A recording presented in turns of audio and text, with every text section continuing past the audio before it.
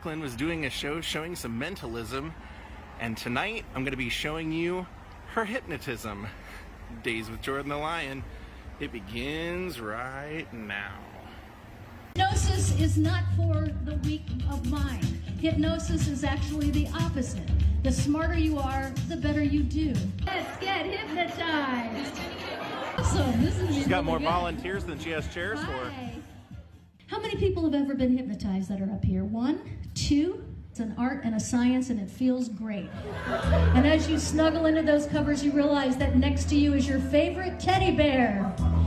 And you love that teddy bear. But your main thing is you always love the way that teddy bear smells. That teddy bear has the best...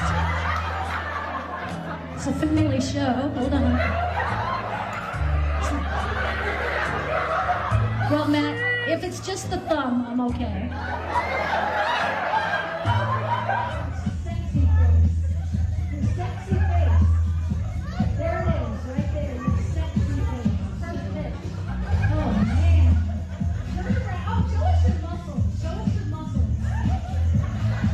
That's right. There you go. Oh, that's so good.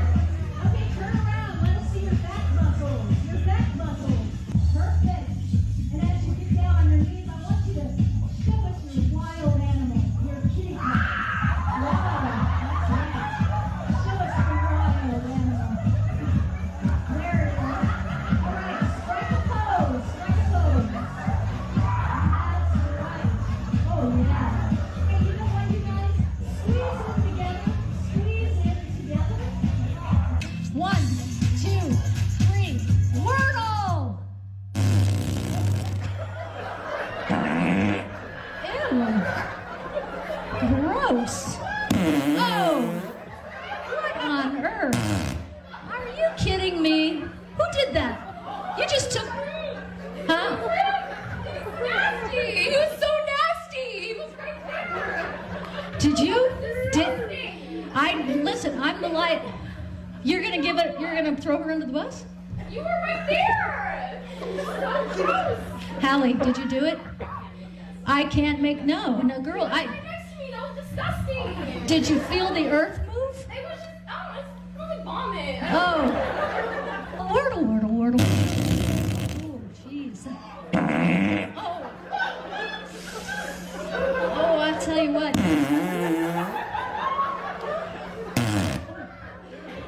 I didn't think supermodels did this sort of thing. I don't want to say anything, but I always thought there was just a little, I don't know, something. You know what, you guys?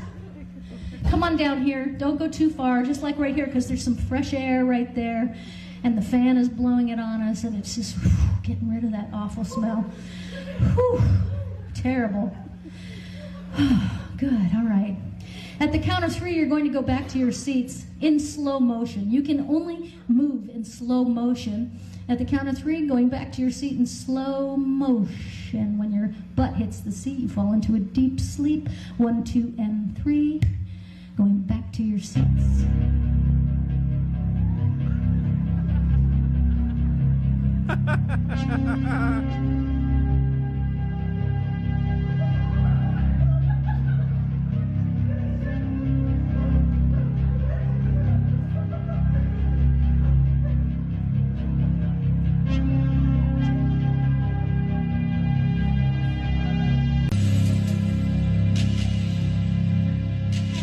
Sleep all the way down. Good. Give them a huge round of applause. Woo!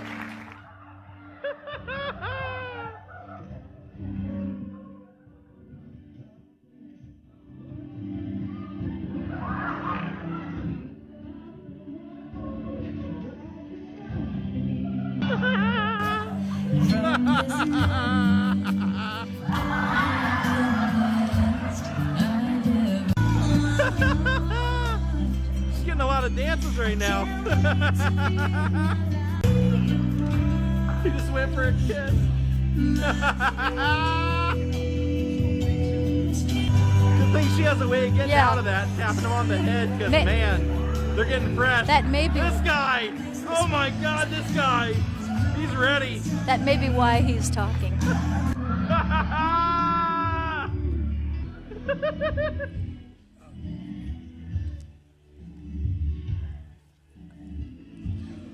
on before. But mine was on. Yeah! That was great. That was so great. All right, so that was Days with Jordan the Lion, his vlog that he does. It's so great. And if you want to see the entire show, you can go on over there to YouTube and go to Days with Jordan the Lion, and you can watch that. And The whole there's show also, is on there? well, not the whole show, but a good piece of it. So it's really a fun thing for people to go see. Because as I go back out on the road this summer, you know, some people may want to come and try to do this, which is really fun. And every show is different. And every show is different. You want to know what's amazing is every show is different, but it would be different anyway, even if I did the same thing every night, because everybody's imagination is different. And so when you give the same situation to 3 different people, you're going to see 3 different interpretations through someone's imagination, which is really fun.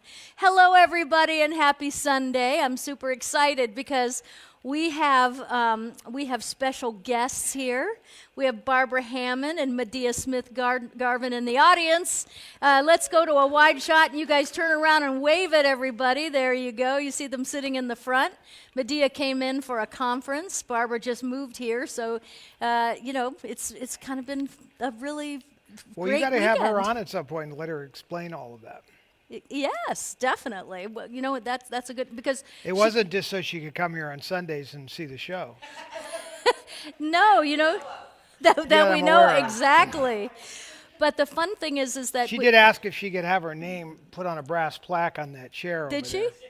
Well, I thought like a good theater setup, you know, when you do a good theater, Yeah, high-end theaters, you go to the subscription. right. So you subscribe and you own that seat. So whenever you want to go to the show, it's got your name on a little brass plaque. Oh, So yes. I think we should start having those plaques made for the regulars. Well, it is really true that it was so funny because she had talked about moving here, you know, because her sister left California, or your best friend left California, right? A lot of people left California, so she was out there with not a whole lot of, you know, people, friends. I cannot imagine why anybody would want to leave California. I What could can possibly be the reason? I'd leave there. Yeah. Right. So she Is there left. room enough to make a list on a long legal pad? Yes, but you want to know something? The funny thing is that everybody that comes out to see me wants to move to Vegas. Yeah. Everybody. In fact, Wayne, my hairdresser from One Life to Live, is coming out in the beginning of May, and he said, I'm so ready for a change, because he's still in New York City. And he's also got a place in Florida. He said, I'm just ready for a change. And I said, well, you need to come out and visit me. So we decided at That the is beginning quite of a May. change. New York to Vegas is the That's big. what I did. I'm saying that's the big change. And I will tell you now, I said, I'm warning you, Wayne, everyone that comes out to visit me wants to move here. Have you got the little one back there today? Did you want to announce that? Aspen, are you back there? Aspen is helming the Technical director. She's technical directing today, which is no small job. You know Aspen, 12 years old, took to this like a duck to water, and she's back there flipping the switches today. She's the John Haas protege. She is the John Haas protege. And I couldn't be happier. Welcome, Aspen! All right. So let me see who's in the room today, because that is what makes me get all happied up. Kimber Sissons. Ooh, Kimber. Kimber, I met Kimber 35 or 37 years ago. See, I went to this shot so that people could see the upcoming things going to happen shortly. Oh, what do we got here? Look, you got the Oscar in there. No, to see the cameras and everything. Oh yeah. That's We're doing. preview. Todd is doing a show and tell today, which I think is going to be really fun. Oh, look at him! Well, what's all these hearts going on? Aspen, you got tons of hearts. Hey, Peggy Delgadillo, Vicky Giddens, Anna Papa Giorgio, Paula Mickle, and Kimber says she is ready. I'm so ready for a change. Hey, Melissa Walker.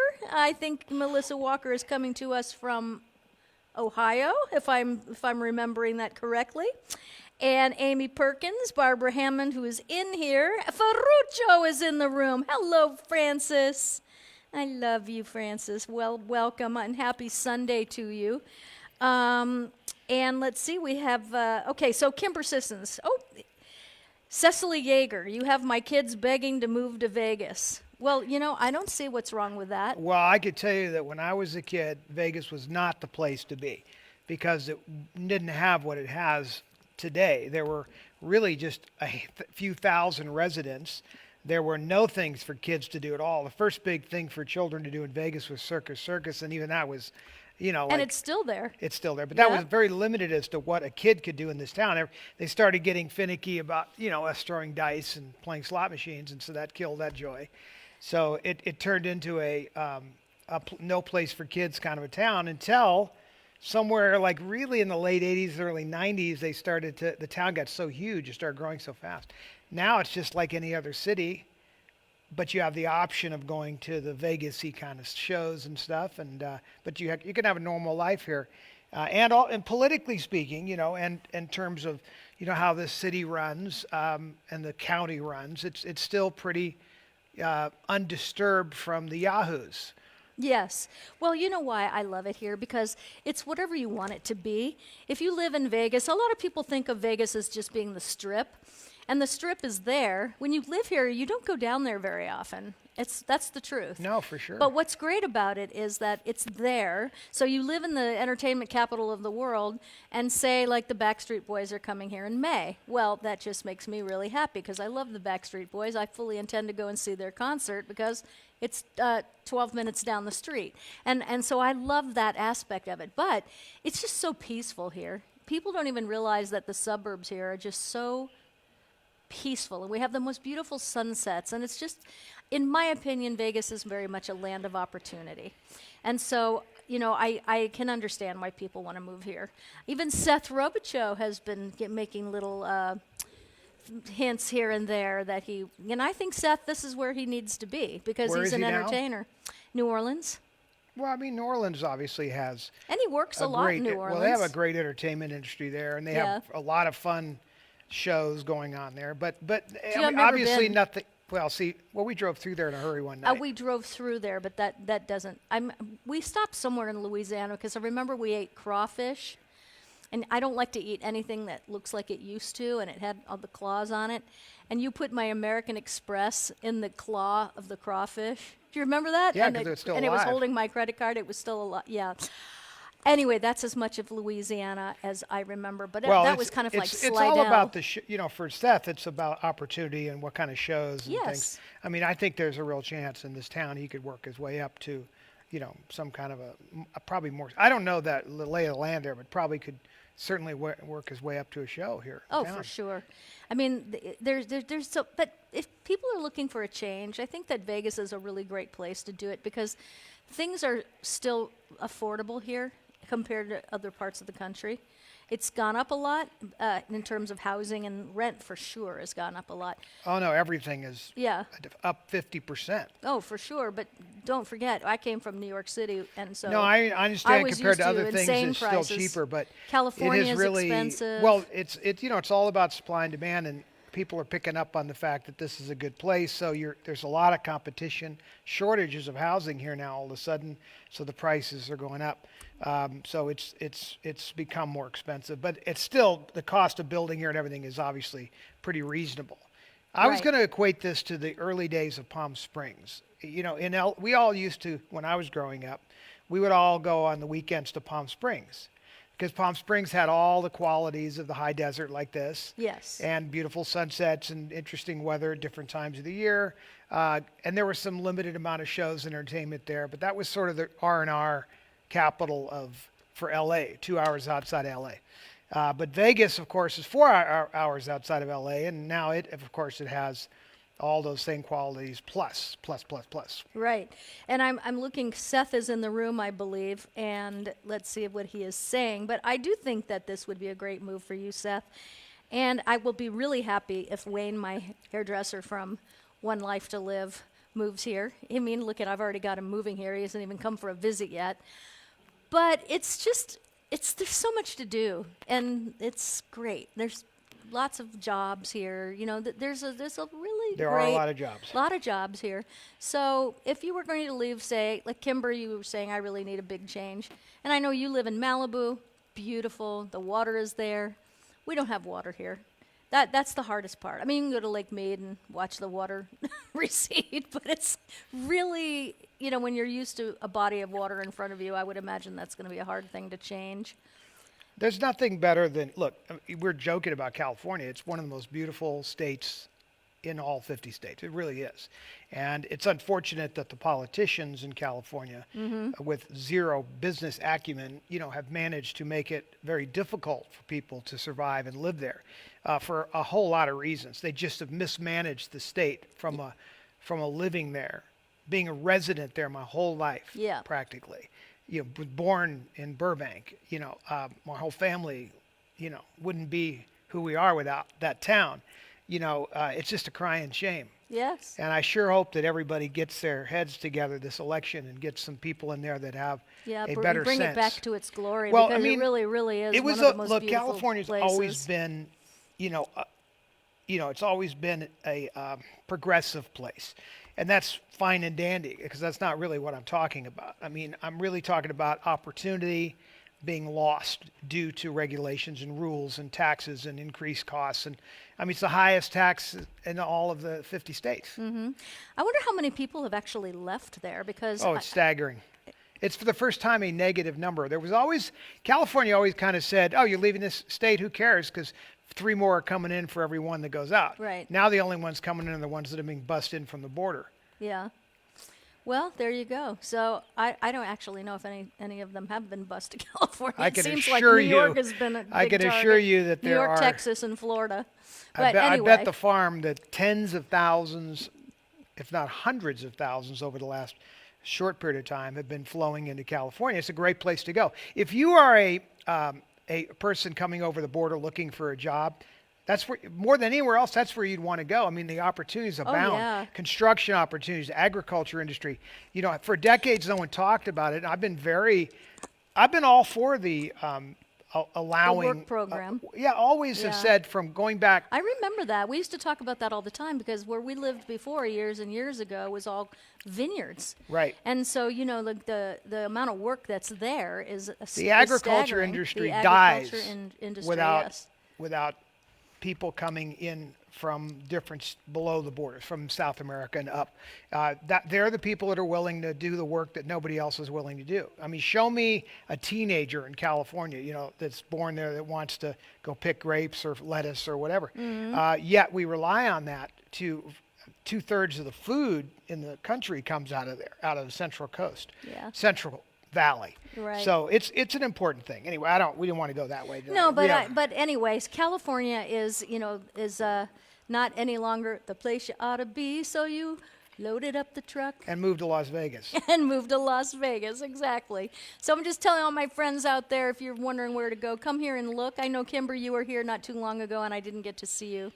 I met her once, 40 years ago in Palm Springs, and I can still see your face exactly as it was, because you really pretty much look the same. I'm sorry I missed you. So anyway, everybody, happy Palm Sunday. Today is Palm Sunday. Next week is, right? I saw somebody on the news, is very interesting, talking about that, and they said the rabbit aspects of this, Yeah. and they were like, where in the heck did that come from? The bunny? Considering, that the whole point of Easter was Yes. Christ dying on the cross, etc. And I always thought it was amusing how we got to Easter eggs and bunny rabbits. Name me one person out there that doesn't eat the ears off of the chocolate bunny first.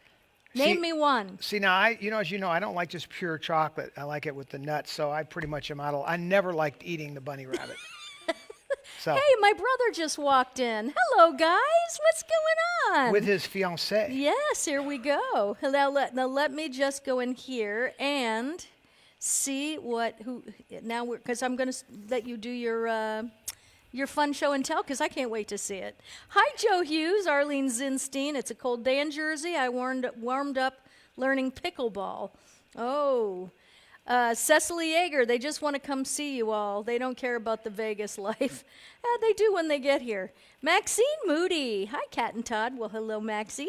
Kathy Winkler. Angie Montalvo. I know. I love the beach too. I haven't seen it in years, and I miss it. In fact, I'm thinking about going to Florida for a few days just to sit on a beach, and not worry about things. I can't even think about going to California to sit on the beach because a girlfriend of ours got attacked by one of the homeless people down in Venice. And she... Well, you don't have to go to Venice, obviously. There's other beaches. Well, actually, it was Santa Monica, and that's where I really like to go. But, you know, it's a shame. It really is, because those beaches are beautiful, but not for me. I'll go to Florida. So we have Tammy Kreis. Hello there. Kathy Hobbs. And we have Laura Knisney, who had a birthday yesterday. And Seth Robichaud says he adores Vegas. Hey, Sarah Trogdon. And all right, so why don't we get to what's this we're looking at? Well, she cut to it. I wasn't expecting that. Good That girl, is, you're smart. Look at that. these are some of today's Show and tell? Show and tell items. What we have here is my mother's phone book. If you look here. Oh my gosh. How old is that? This is the oldest known phone book that she had. If you notice some of the names here, you could see the one that I noticed the most at the top here, I thought was most interesting. This is going to take a little bit of me. Is that, oh, look at that lens. That's impressive. It's a close-up lens. See, it allows I'll me say, to do that. look at that. But look at the top there. There's Pierre Angeli, where my thumb is. Oh And my Vic Damone. gosh. Pierre Angeli, that was She was still married to Vic Damone at the time. and Sammy Davis. but Pierre Angeli. Look at the addresses. You see their addresses? North Crescent, Beverly Hills, This is where Moraga they live. Drive. There's Doris Day at 713 Crescent. And this is just Jimmy one. Durante, look at that. That just- is cool. Walt Disney. There's his home address. CB DeMille. Oh my By the way, this is just a gosh. random page. I mean, you could go to any page, That's amazing. and every page has. There's Tony Martin. I mean, I just happened to grab that one, but what I love about it also is it's when you had the Crestview 63333, or HO 77307. So you never used to put out all the numbers. You had a 2-letter prefix that used to set all this up. Sydney Gilroy or Sydney, who's that? That's Sydney Gitlin. I don't know who that is. Okay, hold on, and let's see what else is there. Well, let's play. Ava Gabor. Let's play Ava a little Gabor. name. Yep, she was married to somebody with a different name there. What's it say? Brocken or something. Oh, it's probably the. But that was out of New York. She did stay there a long time. Name a name. Let's look somebody up. That's part Okay. of the fun. So here's Ferruccio, name a name. there's the tabs. Let somebody on your end name a star, and let's see if it's here. Okay, Shirley Tate, I saw your message. about- You made it to Florida. Yay! How about like under S, like All right. Stewart? Let's see who's under S. I bet you Jimmy Stewart's under there. Let's see. Well, there's going to be a lot of people, so we got to get into that. Here we go. Okay, hold on. So, See, this is her writing too, by the way. Yep. She filled this out, if you can imagine. So these are the names. I'm very old school. I still like to write things down. I don't schedule things in my By phone. the way, this might predate her knowing Jimmy Stewart. Frank Sinatra on the right. There's look, Frank Sinatra, 151. There's his phone number. Look at that. There's his address, 151 El Camino, El Camino, Beverly Hills. And then you can see how these movie stars go through a lot of phone numbers. See how the numbers all get changed? Yes. Selznick Studios. Nancy Sinatra. There's Jimmy Stewart right there Jimmy Stewart where? on Roxbury. And he kept that address to the bitter end. Did he? 918. I That's think across most the of them- street oh, from look, Lucille Robert Ball. Stack right there. You know, David Selznick at the top. This is fun. Look at this. Oh, wow. St. Joseph's Hospital, and there's Nancy Sinatra, by the way.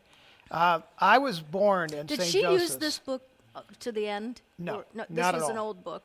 The oldest known book, so this is definitely 60s. When you consider the fact that all of them have OL, and ST, these different Crestview phone numbers, that's what's going on there. So if isn't somebody asking to look somebody up, you don't want to tell me? I haven't looked down here. I've been so fascinated. Let me look. Jane Mansfield. I see now. My mom, I don't know if she knew her, but of course we knew who asked that question. That's Let's a see. good one, Farouch. Okay. And then, okay, here's the M's. yes, Marilyn Monroe she would have been gone by then, I think, maybe. But Well, let's here look. we go. Gordon McRae. He was I still around. loved him. I've worked with his daughter who played Tilly on One Life to Live when I was in prison. She was always beating Rocky me up. Marciano, the fighter. Oh, wow. Groucho Marx. Groucho Marx on Hillcrest. And we have, let's see. Ooh, Betty Davis. I wonder if she would have been in there. I Well, would that's think not so. under an M. We're in the M's. Okay. So this was supposed to Let's be see here. We have Ann Miller. Terry Moore, who's still with us. Ann Miller. Ann Miller, I loved her. Dean Martin, and there's his home address up on Mountain. They kept that Dean house. and Jean So then Martin. that's where Jeannie stayed when they split up, but that's where the kids stayed. Yes. See, I know you probably don't. Is Jeannie Martin still with us? I don't know. I wouldn't think so. Because you know what? Jeannie Martin and Jerry Lewis's wife, ex-wife, and I can't remember who. I remember it was Jeannie Martin, Jerry Lewis's ex-wife, and there were a couple other. And when David Hasselhoff and when I left him, and I was separated, and of course the world knew about it, which was really a bummer because I was so young, and I just. It's just the worst to go through something, a big Did life your brother change, go and kick then his have. ass? No, but what happened was Jeannie Martin and Jerry Lewis's wife contacted me, and they started a group called Ladies, Ladies, and they had read about us, and so they reached out to me to see if I needed any help. So because Ladies stood for Life After Divorce is Eventually Sane. And so what they did was they formed a group for people that were in the public eye going through a divorce, especially the women, because in my case, I had my own identity.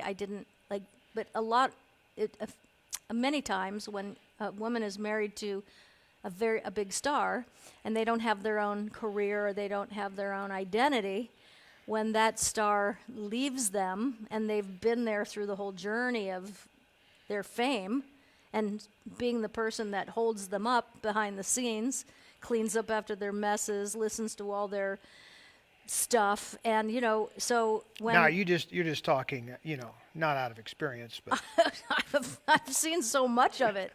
I mean, I had a lot of friends in the 80s who were so famous, and when they got divorced, I watched with absolute amazement how the women that they left for a younger version or model of them, they would be.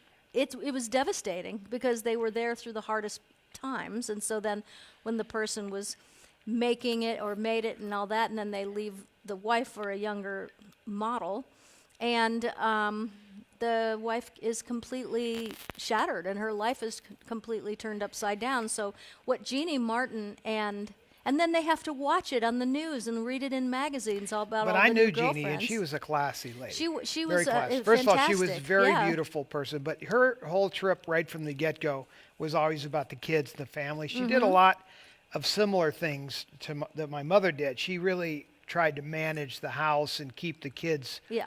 down to planet Earth. And those kids were a little wilder than we were, than Carrie and I, to some degree. And there were more of them. There were more, and we Yeah. aspired to be as wild as they were, and hung out with them when we could. And I was always impressed with some of the wild stuff that they did.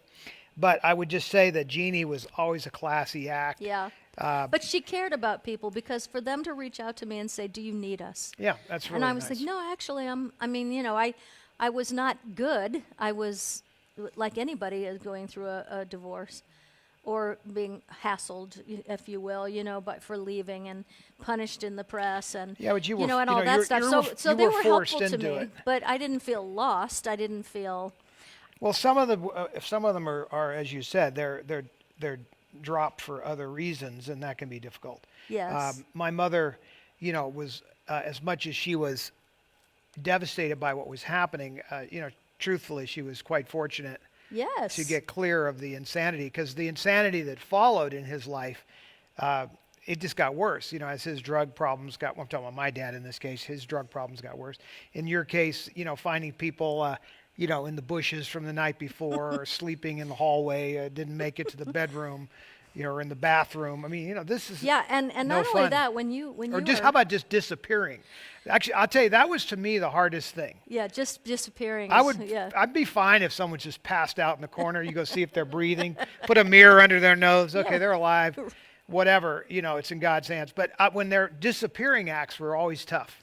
Yeah, because you don't know if they're in a ditch dead somewhere or something like that. Or worse yet, how about when you don't know if they're, what case they're in, or what they've done to others.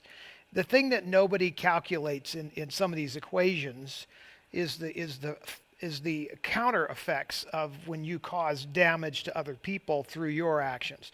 And I was always afraid with various family members, you all know who that could be, that they were going to cause other problems with unintentionally. Of course, no one's doing it on purpose.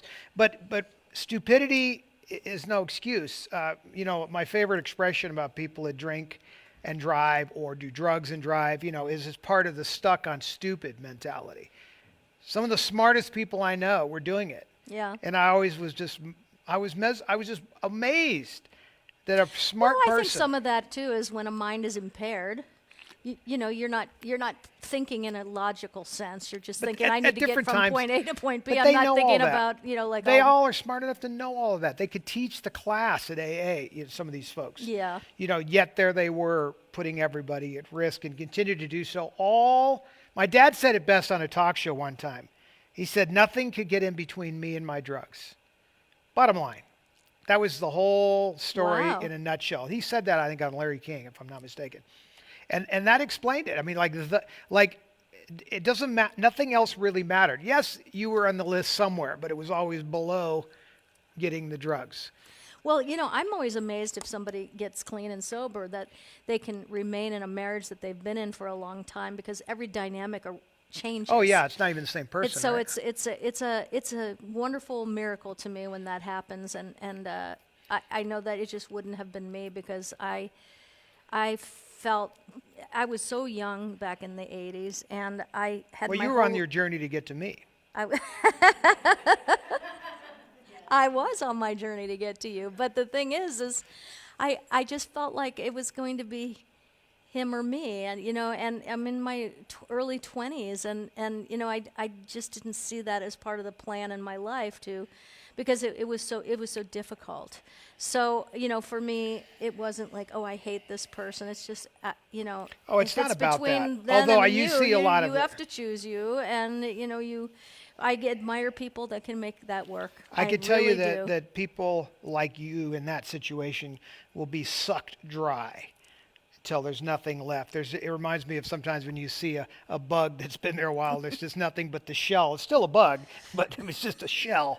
Everything's been sucked dry. Yeah. That's what it feels like when you're a mate to somebody who does But drugs I know and lots drinks. of people who made it through. Oh, yeah. Because, and I think that I Well, I think- admire that more than I think probably that anything. I saw plenty of it when people were to have an epiphany, and God would become part of their equation in their life, make allowance for that. Then I saw all sorts of possibilities. It's still not a flawless program, as you know. I mean, I've seen plenty of them, not be able to get over it. Yeah. Christ or not,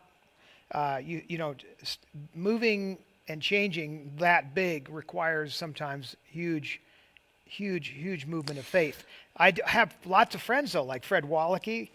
Fred Wallachy is a buddy of mine. He was a hopeless, drinker and smoker and, taking drugs. I mean, he was like out of control, and he had an epiphany, and one day just changed. It seemed so easy for him. Yeah. Yet then he became the sponsor to literally thousands of others. Right. And Which is great. Well, he tells it best. Is she back there? You sleeping Aspen, back are there? you back there? Okay, you were sleeping. Just checking.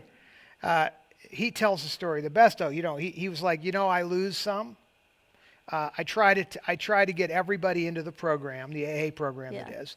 At the same time, he tries to get everybody to have the higher power concept going, and then he leads them into believing in Christ and the concept that Christ died for your mistakes, and then you could give up the guilt and the shame. The thing that drives addiction is more than anything is the shame. Yes. More than anything else. You go back to it, it's a circle. I feel so bad, so I have to drink. So I drink more, and then I feel bad, I drank more, so we just keep going around and around like a little hamster in a cage. And but that was something Fred was brilliant at. He knew every justification and heard every story by the end, so he was one of the best sponsors ever. Still is. Yeah, still is. But I mean, and he handled some people. But he also told me stories of some high-end people that didn't make it, because they couldn't get past themselves. The real handicap in life is being famous or rich. Yes, I can tell you that is absolutely true, just from my experience of, it's very hard when people are famous or rich, to get straightened out. You know what Christ said about it, right? It's easier for it's easier for a camel to get through the eye of a needle than a rich man to get into heaven. Am I right? Is that what you were thinking? thinking? Got it perfect. Yeah. And that little piece of wisdom should be noted by every rich person. There's another little line that goes along with that. And it was spoken by people thousands of years ago in Rome, but reiterated and written by Francis Ford Coppola in Patton. And General Patton used to quote this. He said, "All glory is fleeting." So even though for a moment you're riding high, like Will Smith, a few weeks ago was riding pretty high. Yeah. And right now you can't, people are like hesitant to turn on his movie. And I just watched this movie the other night, the King Richard movie. I did it sort of reluctantly, I have to admit. And then when I watched the movie, it was a black man struggling to raise his children the right way and to become a professional tennis player. It's a great story about them overcoming adversity. But it is a black man with a big chip on his shoulder. And it was there for good reasons in the movie, but I couldn't help to see that it was life imitating art. I mean, he was actually, that rage when he runs down on the stage and all that, it was like a part he was playing in the film. It was really strange. I don't know if those of you have seen it. It's actually a brilliant, little movie. Nothing that elaborate, but a great story about the human condition. Is that what he won the Oscar for? That's what he won the Oscar. And I'm not judging that one way or the other. I'm just saying the rage and all of that was very obvious, within this story. And there he put it right on display. The movie just continued before he got his award. I mean, it's I could tell you I've seen a lot. I used to go to the Oscars for many years, and I've seen a lot of Oscar shows, as you have, and I've been there many times. I knew a lot of the people. I don't think I've ever seen anything remotely close to this. Yeah. And I don't really know why in the world anybody would think that was okay. And no one does really. But for the moment, he did. Yeah. And the reason why he did is due to this worship, this glory that he is under. You start to get a diluted sense of who you are. Ooh, I like that. I mean, it's true. And how can they not? Because everybody around them says yes. Everyone around them is always telling them how great they are. Everyone around them is always, and they're always getting free things, and they're getting favor all the time. And so no one ever is truthful with, I don't want to to make that as an excuse, by the way, for anybody. No, but I'm just saying, when you don't have a proper mirror, which is what our mates are, and so... Well, you can have good friends, too. I mean, there's lots of places that can occur. Yeah. I've noticed there in some of the truly successful people I've known, a lot of them do have good mirrors in different places. And at the same time, though, you have to be willing to listen to your friends and family that might be saying, hey, come on back down to planet Earth here for a minute because the rest of us are waiting for you. Yes. I mean, that is... I grew up in an environment where I saw all that extreme behavior, but never at home. My mother was, really down to earth. Yeah. And it never showed any of that. Ever! Even in the middle of a winning awards or people bowing down and thousands of people asking for her autograph, never did she ever lose her sense of really who she was and where she came from. And regardless if you come from somewhere or not, we're still all the same in the end, are we not? Yep. Joe Hughes, my rehab was a clear and sober motorcycle club. So see, I'll tell you, here's how I feel about all that. I have been the recipient of no less than probably 20 to 25 calls when they hit a certain step and they have to make amends, or they're not have to, but they're No, they want to. yes. And I've gotten at least 20 of those calls in my lifetime, and there's never been a time where I didn't say, I absolutely forgive you, and I understand, and please let this go now. And because I love the beauty of that. I love the beauty of that. It's not only is it beautiful and it's a healing thing though, but it's Yeah. also essential step to being able to get out of the mouse, the little Yes. hamster wheel. Yeah. That's how you break out of it, and that's why it's not always just enough for somebody to receive Christ in their life or become a Christian or have an epiphany with God on some level. It's essential that there's a follow-up program, because that addiction is one of the most difficult things to break. And I say this because I've watched it with my sister and others, and it has nothing to do with intelligence or money or anything else. It has nothing to do with upbringing or family. I mean, it really gets right down to the program itself is designed to give you the best chance, to step out of all of that. People used to walk up to me sometimes and say, "Oh, they assumed that I was somehow in the program. Or weren't you with me at Telluride? Where what was the guy's name that started AA? Bill W. Bill. Yeah. Yeah. So some actor walked up to me at Telluride. And he goes, "Oh, so you're a friend of Bill's?" And for a minute I was like, "Bill, yeah, well, sure, my Uncle Bill, you mean? I mean, who are we talking about?" No, you're Bill, from AA. Oh, yeah, no, I'm a friend of Bill's. I mean, they assume because of how Carrie's life was that Yeah. somehow I would have been somewhat involved, and obviously when we were young I was, but it just goes to show you it has nothing to, there were choices I made that were different than her, obviously, and our circumstances changed when we became teenagers, but she was never able to break free from the drug culture, and I was. And of course, in my case, it was my relationship with Christ. But in her case, even though she was on that path and at different times went down that path with me, she never could get it. Yeah. The epiphany aspects of it. There's a thing that happens to people that really, truly have these, and the word epiphany is not even strong enough, but I'll just use it because it's the light bulb has got to go off somewhere strong. And the people that I see that make it are the ones that, bing, blasting light, clarity, and they get Yeah. on the program that's down it. But I do believe that if Robert Downey Jr. can get clean Anybody. and sober, anybody can. He is an inspiration that way. I have always thought. Sure. Because, I don't know that it got any more crazy than waking up in somebody's bed in a house you don't live in because you went there in the middle of the night and you don't know the people. There was so much, and he turned his life around, and as a result has had a career and a life that has He's a very been fine talent, absolutely too. amazing. So Now, let me go back to this just for a minute, because I did bring something else here, and I know that we sidetracked. Well, we did the Debbie book. Yes, so I hope that everybody is so liked. awesome. Did everybody like the Debbie well, book? that's a good show and tell. That's better than bringing your appendix in in formaldehyde. So now here's kind of a cool thing. Let's see what we can do here. So this is, I'm going to focus up on that camera. Let's see, here we go. And there we go. Now there you see just this little Konica camera. Doesn't look like much, but look. That was Carrie's little camera. So that was Carrie's first still camera.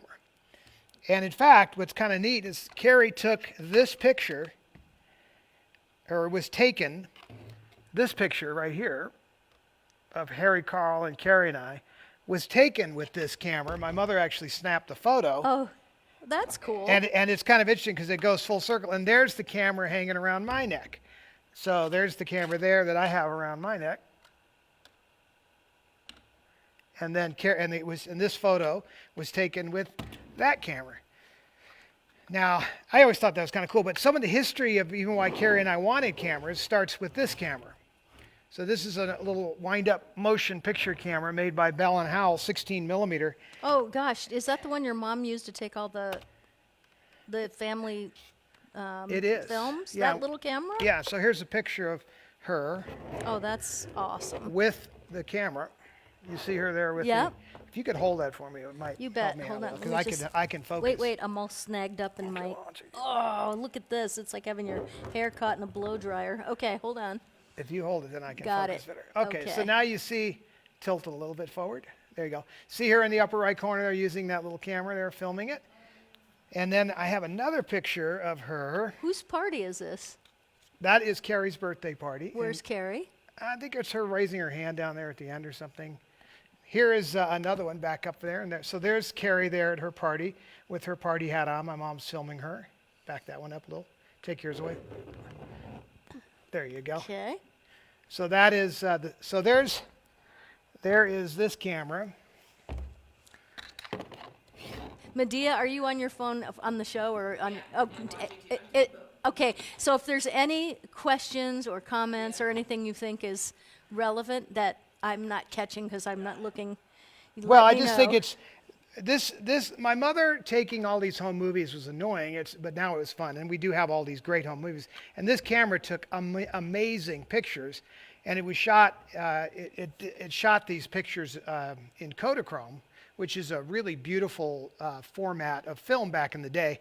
Looks very much like Technicolor, oversaturated greens. You remember the Paul Simon song, Kodachrome? Yes. Give you the greens of summer. Yeah. Make you think all the world's a sunny day. Oh, yeah.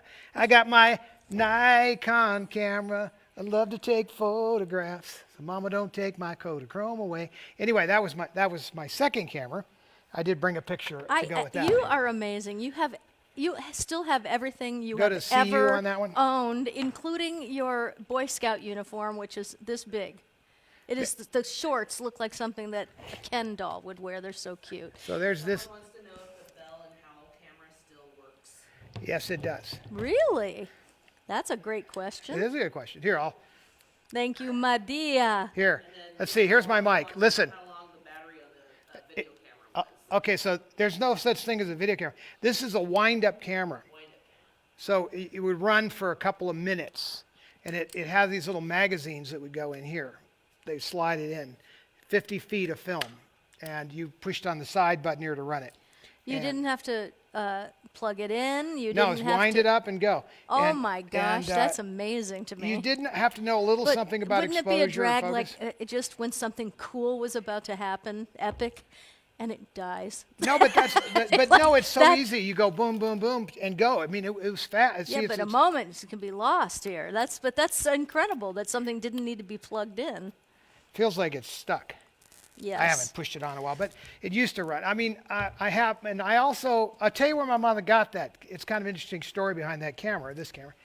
So if you watch the This Is Your Life, Debbie Reynolds, This Is Your Life, the one when Carrie and our little kids on, Yes. they gave her this camera on that show. And then she started using it, and then she went and bought one for my Uncle Bill. So I have another one that has one of those little labeler things that says Bill Reynolds on the bottom, same exact camera. But I actually because of this, I kept all of our cameras. And in the front camera display case, I've got all our still cameras and all our early filming cameras as well. From all the way as when I started doing professional even. And I found the check that my mother wrote for my first expensive camera, and I put it with the camera, kind of full circle stuff. Only people who had an upbringing like I did with my mom probably would think this way. But I think preserving your history, whatever it might be, for your children and children's children is interesting, and hopefully it doesn't die off with you. Hopefully your kids might hold on to this. But I mean, to keep all this together and then keep it together, is kind of a fun thing. There's certain things we just didn't break up in the collection. Like any of this could have been given away, sold, whatever. But, the decision was made to try to keep it all. Well, Vicki Giddens has a question for you. Do you have the actual projector of the Bell and Howell? I have an original Bell and Howell projector, yes, the one that my mom had. I also have the one that my uncle had. It's in a blue, but we have even some later ones that are fancier as well. I probably have 3 different projectors. do we still have the Charlie Chaplin silent film camera? We do. That to me is such an amazing piece. To see that camera that filmed all those amazing silent films, and I love. Well, Charlie it didn't do them Chaplin. all. But it did. some good. Well, it did like the Champ and a few. yeah, So that's really good. when he was with Estenay Studios, when Chaplin was at Estenay Studios, is where this camera came from. And it was one of the earliest Bell and Howells delivered. First 10. It's serial number 7. Wow. So it was one of the first cameras delivered from Bell and Howell in the 1917 or something. So it's an important camera, and it made some important films.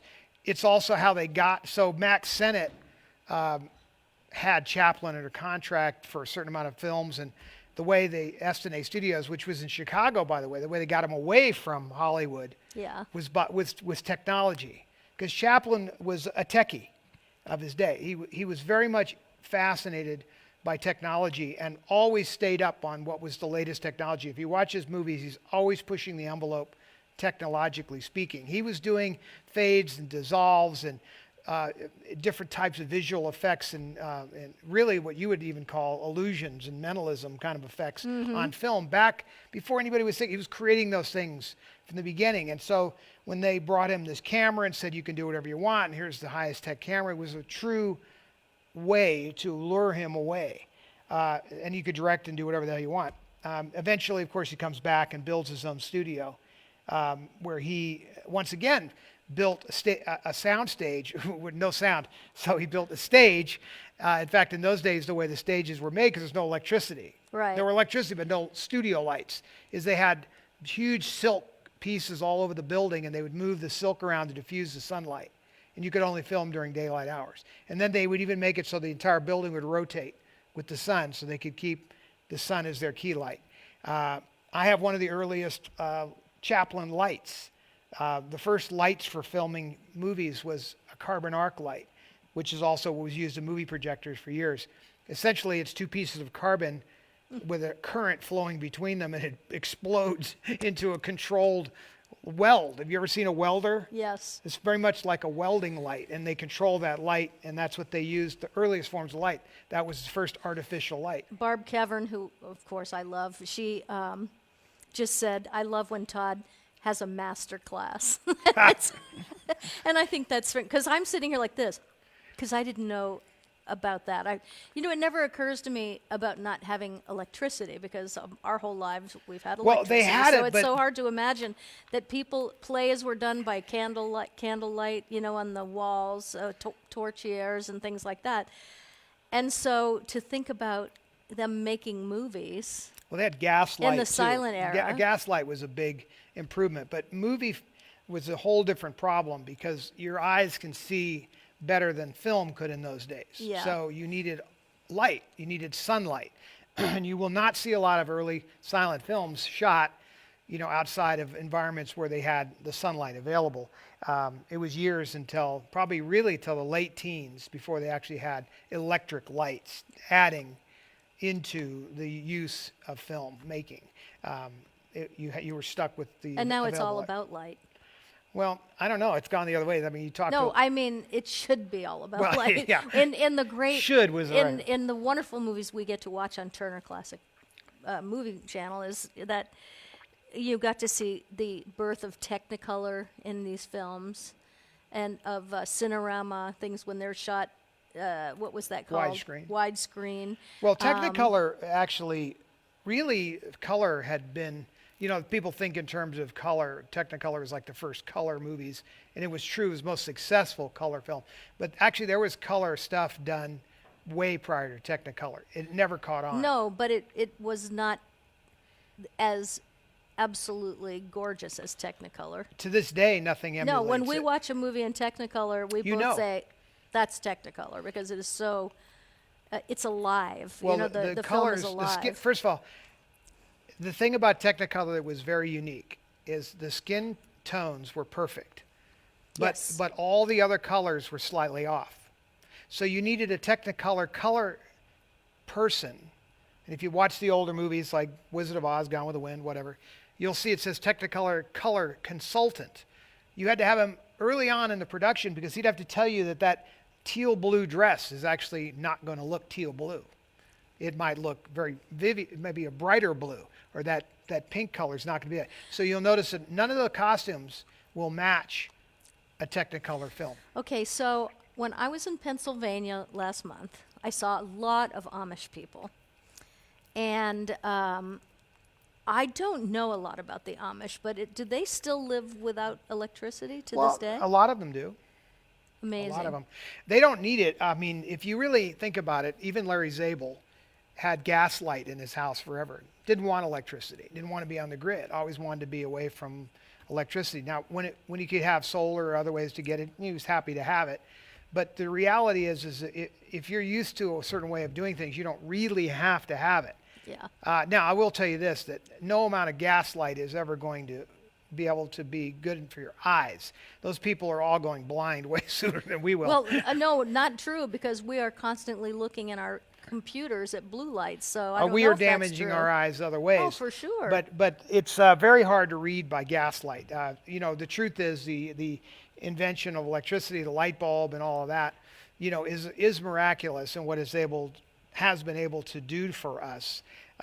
Light bulbs used to last. An early Edison light bulb, by the way, lasted 10 hours before you had to throw the bulb away. Imagine that. And then eventually they had bulbs that lasted like a couple of hundred hours. Was it Edison? It was Or Edison. was it? Well, Tesla Nikola didn't. Tesla? No, he didn't. Tesla, no dispute over Tesla inventing alternating current. But no, Edison definitely invented the electric light bulb. In fact, to this day, the screw-in socket that you use to put Is in the your same? bulb it's called an Edison socket. Same socket that was invented back then. Edison invented the light bulb, nothing to discuss, but and it improved, like I said. I mean, the idea of a light bulb eventually lasting 200 or 300 hours was amazing. We eventually got to light bulbs that lasted like 1,000 hours. Now with LEDs, you have 10,000 hour light bulb. It's not really a light bulb anymore. LED, light emitting diode. It's not a filament anymore. Yeah. It's not a burning filament. So there's nothing to burn out. Barb Cameron says, yikes, no electricity, and my mind means no indoor toilet, no thank you. No what? No indoor toilet. No indoor toilet without electricity. Now see, there you go. That's not actually true. Barb, get ready. You're about to get your master class on toilets and electricity. The toilet was invented 100 years before electricity. Indoor plumbing and toilets, 100 years before. And what would happen is gravity was used. You remember you had the bowl up here and you'd pull? Remember Yes. they had I saw a movie last night where they had one of these toilets. The toilet bowl was above your head and the water was kept up there to generate the water pressure to flush. So you don't need electricity for that. And wells, as you know, we've had mechanical windmills since the 1800s and even late 1700s. So, flowing water has been around for a couple of hundred years longer than electricity. Okay, so I have a Stephen Lloyd. Hi there, Stephen Lloyd. You're new to us. Philips console TV caught that first. What is he talking about there? I'm not sure, but Philips console TVs were some of the earliest. RCA and Philips were some of the earlier tube televisions. But that was the idea of transmitting a picture or sound through the air would not be without Nikola Tesla. Right. He invented the concept of wirelessly transmitting power. And that is in effect what is done with television or radio is you notice how when you tune in your radio, it used to say 88 megahertz? Yep. So that's what that is a carrier frequency, and within that they pack in the sound that you later hear, and your radio unpacks it. It's an easy way of explaining it, but that would not be without Tesla. Without him, maybe they would have got there eventually, but who knows when. Right. But the idea of television or radio, and television, of course, is just more information because sound and picture packed in. Right. Any interesting stuff out there, Medea? I think that was a good question. I think it was a good. The master class. But You know what? I love it too because I don't know a lot about this. I like and that question though about the toilet because that is an important question to ask because today, if you didn't have electricity, that it would be the case. Yes. You would not have any water pressure without power. Today, we need a pressure pump or cities to pressurize the lines that way. I am happy I live in a day of age of electricity because every now and then we go into a quick blackout. And I'll tell you, we have a generator on the house, so that's a good thing. But when it is in the middle of summer and it's 120 degrees, and you don't realize just how fast everything goes down. I mean, the house got super hot one summer because I didn't know. I think it's before we had this generator, and how you realize without electricity how desperate things get. Because everything is, we wouldn't have water. Right? Well, no. Because we're on a well, so Well, we wouldn't Vegas, have water. there would be no Las Vegas, if it wasn't for air conditioning. And Vegas, though, always had an abundance of electricity because of Hoover Dam ever since the 30s. Yeah. There was abundance of power here, more than we ever could have used back in the day. We had an allocation from Hoover Dam that far outweighed our needs as far as Vegas was concerned. But Is that still true? No, not true anymore. We now have to generate lots of power. But we have some big solar plants here that are using the mirror technology. Steam I noticed turbines. all the mirrors driving in, that there's just thousands of acres with the mirrors pointed towards the sun, and all the windmills towers. and the towers. No, there's yeah. no windmills. Well, there are in Tehachapi, but Yeah. no, those generating plants take the sun's energy and they focus it up to a tower. And in the tower, they have a heat exchange fluid, and they generate power through steam. And during the day, as long as there's enough sunlight, you generate a certain amount of power just off of the sun's heat, which then is converted into electricity. And at night, the reason why you ever wonder why those are all out of town like that, besides cheap land? You know how they're just on that certain point? Yes. That's where the main gas line is heading to Los Angeles. Oh. So the natural gas, they switch over to natural gas at night. That way that power station is able to generate power 24 hours a day.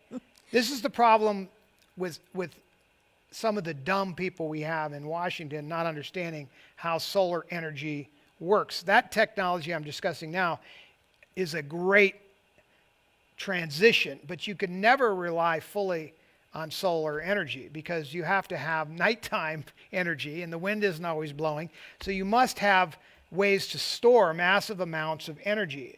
So obviously hydrogen fuel cells and high-tech battery systems are going to be a key to the future, but we must do this in a responsible manner, in a slow manner. You can't get in front of your skis, as my grandmother used to say. You don't want to get out too far out in front of your skis. Pamela Egger says Todd must be the center at dinner parties. He has a wealth of knowledge. No, I sit quietly and eat my food. Pamela, I'll stay in the bedroom. I will tell you now that when I met Todd, and I had spent we spent a few weeks together, and I was getting out of the motorhome, and he was in the driver's seat looking down at me as I was leaving the motorhome, and I looked at him and I said, "Where do you keep all this stuff, There's so much going on in your head." And he goes,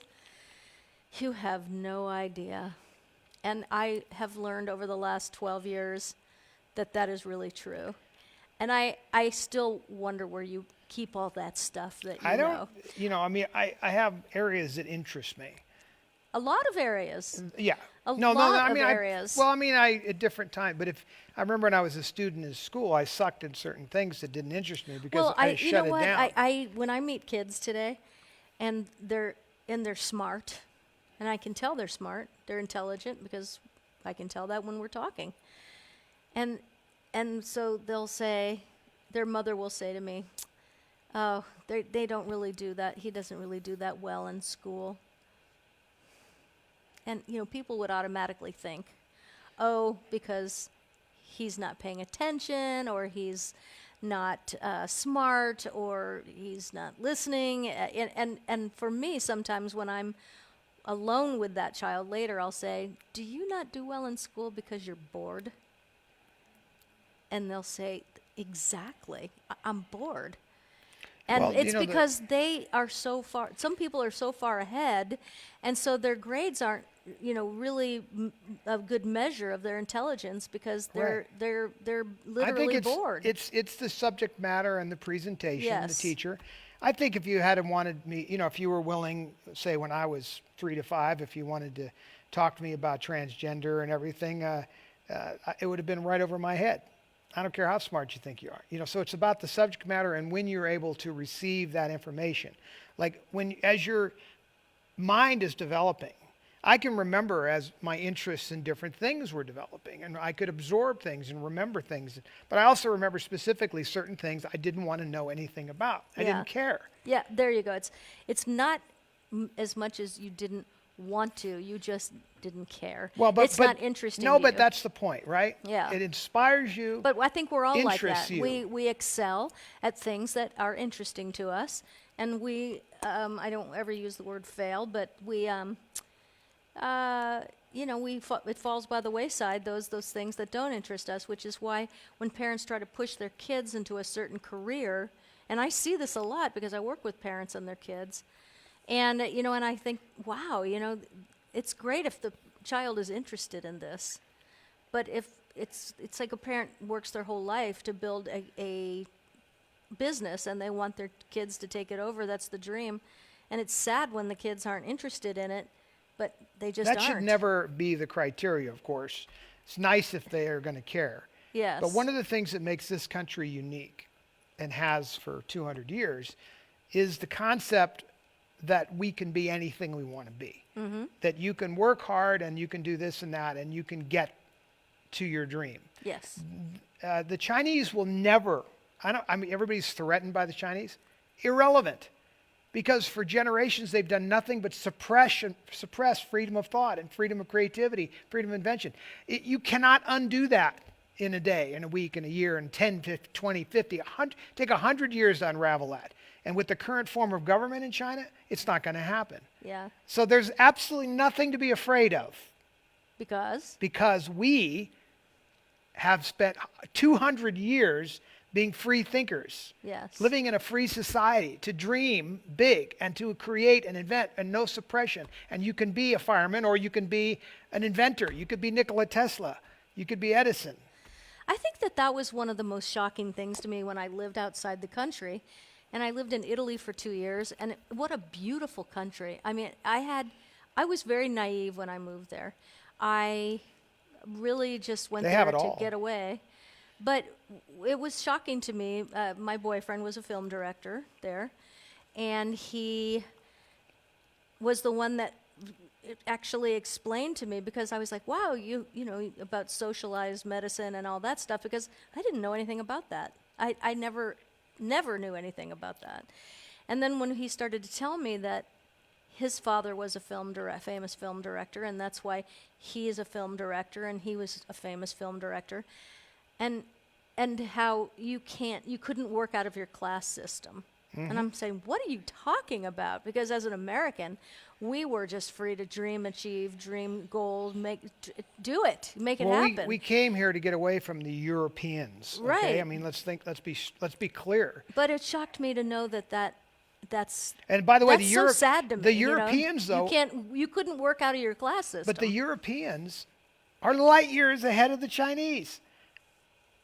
I mean, think about it. They, to whatever degree they are class structured. Yes. The Chinese are 10 times more class structured. So the reason why the Chinese are all here stealing all of our intellectual property is because that's the only way they're going to get it. Yeah, they're not going to create it. Right. Yeah. Now, they want to send their children here to be educated here. Well, that's great. They can get this education. But there's a genetic thing that's happened inside of all of our heads that are alive to this day that's been handed down through generations. And it's based on the First Amendment of our Constitution. And that freedom of thought and expression, creativity, all of that is what drives this country above every other country. And if we start losing that, we're doomed. It took a long time to get here.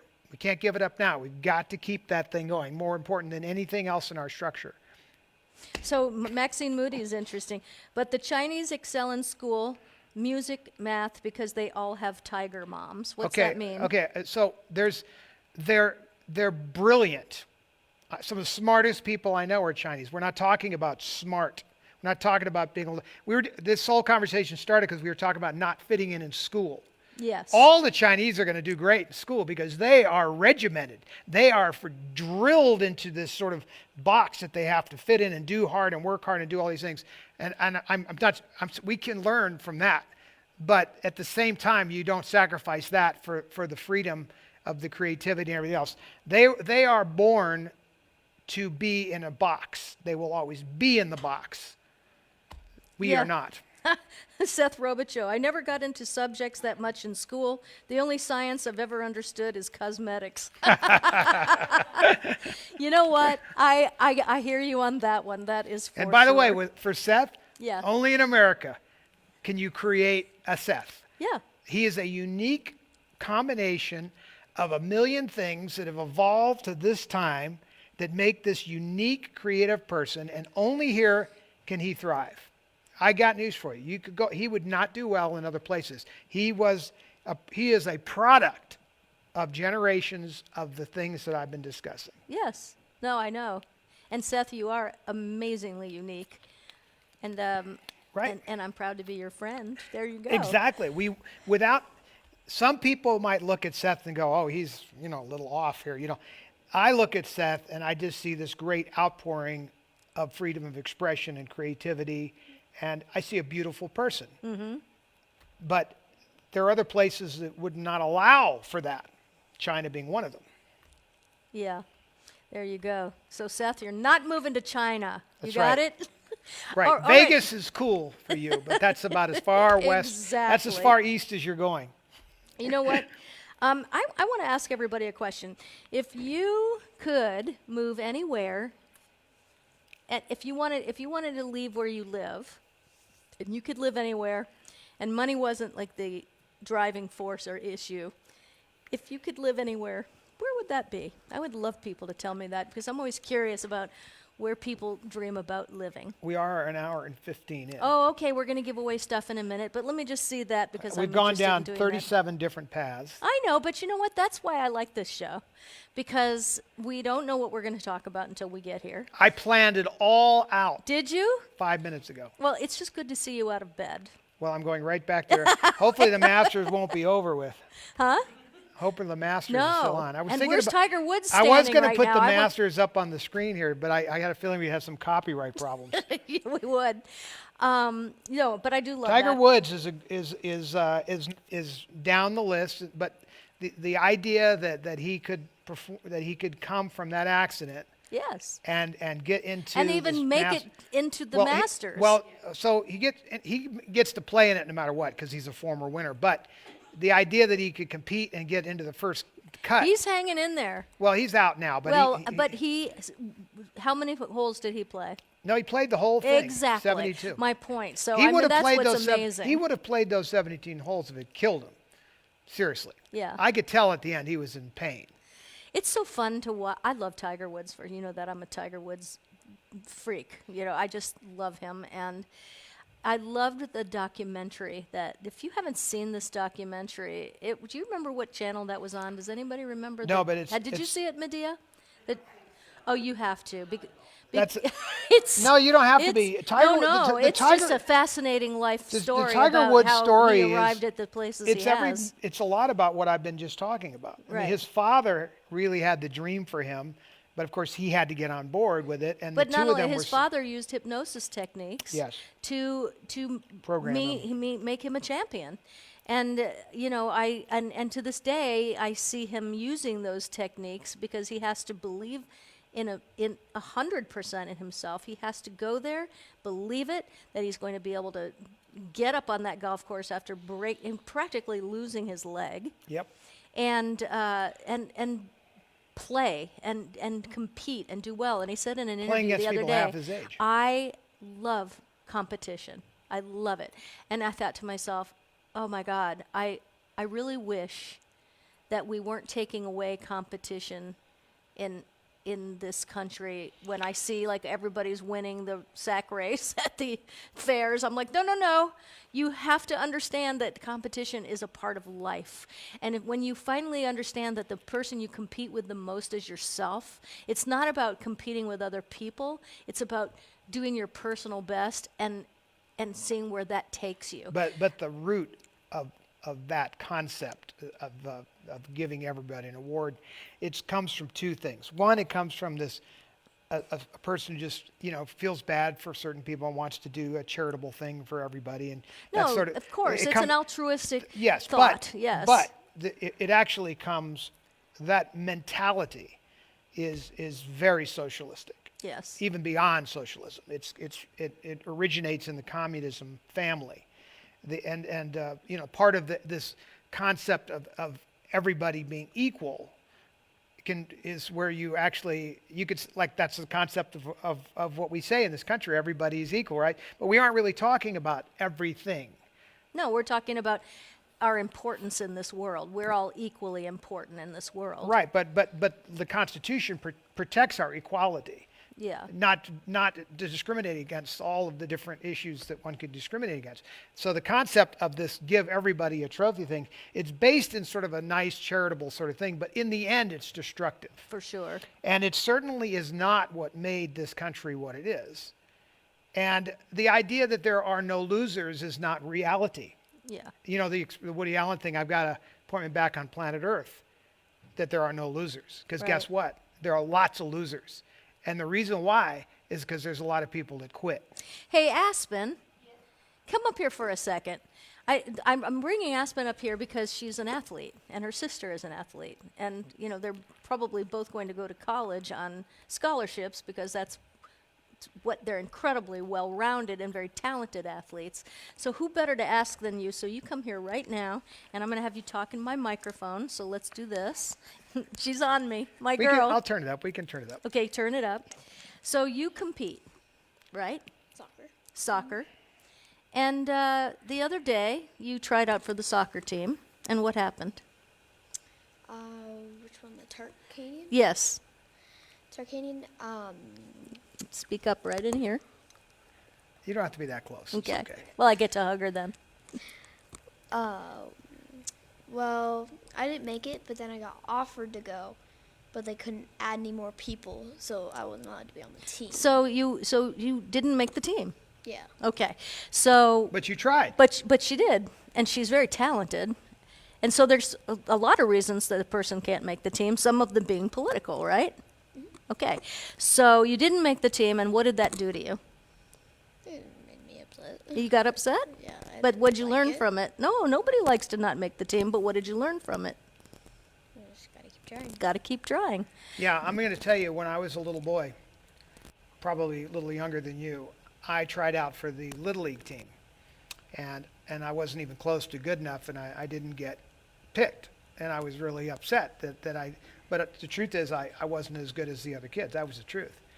And my mother saw it all, and without consulting me, she sent me to get what was called Buddy Brandt's baseball camp. And I spent that summer at a baseball camp, and I was trained and worked hard, and the next year, I was on the team. Yeah. Easily. Because you go back to the drawing board and start getting serious about it. And so But she's it like, was a I've got to combination keep of trying. things. I love that. It was both, though. Yeah. It was I had to want it, I had to work for it, and I had to go back and get it. And that's where you are right now. And you've made many teams. And this girl, I've shown you videotape Well, of she's her. on our team, for crying out loud. I know, and what better And how team many is there people than are on our that? team? That's most I'm exclusive. on rec ball. Rec ball? What's that? It's just where you sign up for NYS and you get put on a rec ball team. But we don't know what rec ball is.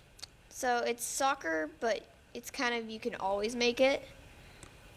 But I'm on the Supernovas rec ball team. And so you could go, and it's not for nothing. You compete, you train, it's fun. But it Yeah. also leads you to next year where you're going to try it again, right? For the big soccer team. Right? Yeah. Isn't that the goal? Yes. Okay, so I wish your mom would send me the video of you when you were doing the nunchucks. Is that what they're called? The Nunchucks. nunchucks. This girl, it's so unbelievable. What's your belt now? I stopped at a blue belt. But she left that because she didn't enjoy it anymore, right? because she was with the boys, right? And they're all afraid of you. You That's were no doing good. wrestling or something, and then you got I was doing taekwondo, and I didn't like that because they always put me with higher belts, so it wasn't a fair competition. yep. And so I moved to jiu-jitsu, and I loved that. But like COVID hit, and so I started stopping a little more. Mm-hmm. And then I found soccer again. Yeah, but competing is in your blood, right? So it's more fun to win. I get competitive with You get eggs. Yeah, but it's more fun to win. But it's good not to win all the time because it teaches you It something. drives you. Yeah. It's a thing that drives you. Now, how would you feel if you played in a game, kicked ass on the field, and then everybody won? Everybody got the trophy. Would you like that? No. No. Some teams do that. I've seen some teams before my game, like little league teams, just little teams, and after their game, no matter win or lose, everybody gets trophy. Well, I don't mind the concept of a participation thing, but there still should be first, second, third, whatever you want to do. The idea that there are no winners and losers, fine, we can reward you for participating, but you have to distinguish. Life is full of winners and losers. It's full of people from first place on down. It always will be. So if you don't prepare people for that, they're going to be unprepared for life. Yeah, emotionally, that's So for you sure. may think you're saving them some emotional distress because they didn't win that day. But what you should teach them is to suck it up and work hard and get to be a winner. Medea's daughter is a super athlete. Yeah. She's a cheerleader, and is she a flyer? No, she's the back base, so she's the giant beast. Repeat back what there. you're saying. Shoots them in the air. Right. And my brother's daughter was the flyer. Yeah. Yeah. So I mean, that to me, cheerleading today, it's so intense, and it looks really dangerous. It can be. She's Yeah. gotten hit, kicked in the face. Yep. Dropped flyers falling on top of her, like bruises. You have to. They don't hear her, so Yeah. you have to repeat what you say. All right, so she's saying her daughter's been kicked, hit in the face, dropped, and so all athletes, I think, have to go through various places where they could not only get killed, because you can get killed if you get dropped on your head, right? And I always wonder how extreme, like motorcycles and extreme things. Well, that's to me, that kind of but you're- cheerleading you're is bringing extreme. up another good point. When faced with adversity Yes. or injury or whatever, what motivates you to move on, to come back and do it again? Being You better. You have to be programmed Yeah. to want to be a winner in order to care. Otherwise, you're not coming back. Screw this, I just got hurt. Why would I want to subject myself to that? Okay, fine. So that's find another line of work. But the truth is, America has been founded on the principles, we don't give up.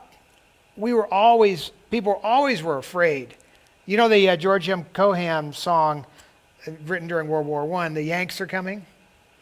You're familiar with that song? Yes. I mean, that was the truth. Not only were we bringing money, which was important in those days because they were all broke to fight World War I, but when the Americans got there, it was all over. I mean, our tenacity, our never say die, Yeah. our competitive nature, we cannot get away from that.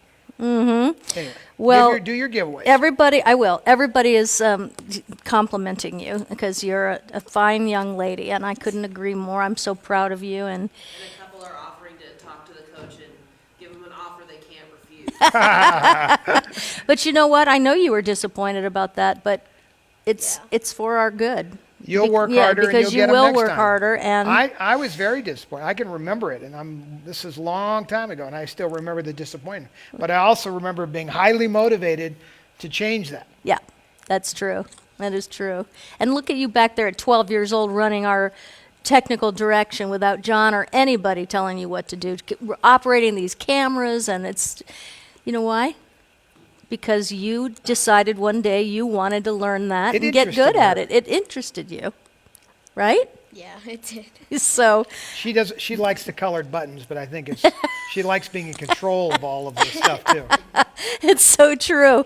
All right, let's give stuff away. So thank you, kids. And I am going to go ahead and, Ryan, how are we doing this today? I'm going to go into my messages. He's probably going to pick the. He's randomizing, I think. Here we go. I'm going to go into my messages. You know what I would really like to do here is, let's see here. Yep. Okay. So I'm going to my messages to see what Ryan is saying. All right. Saying randomizer. Randomizer. Okay, great. See, I can't be all eyes at the same time. So thank you so much. By the way, Medea and Barbara, you both look absolutely beautiful today. May I ask if you are catted up? Yes, we are. You're catted up? They're professional. I can tell catters. because the makeup is very glowy even from here, and so.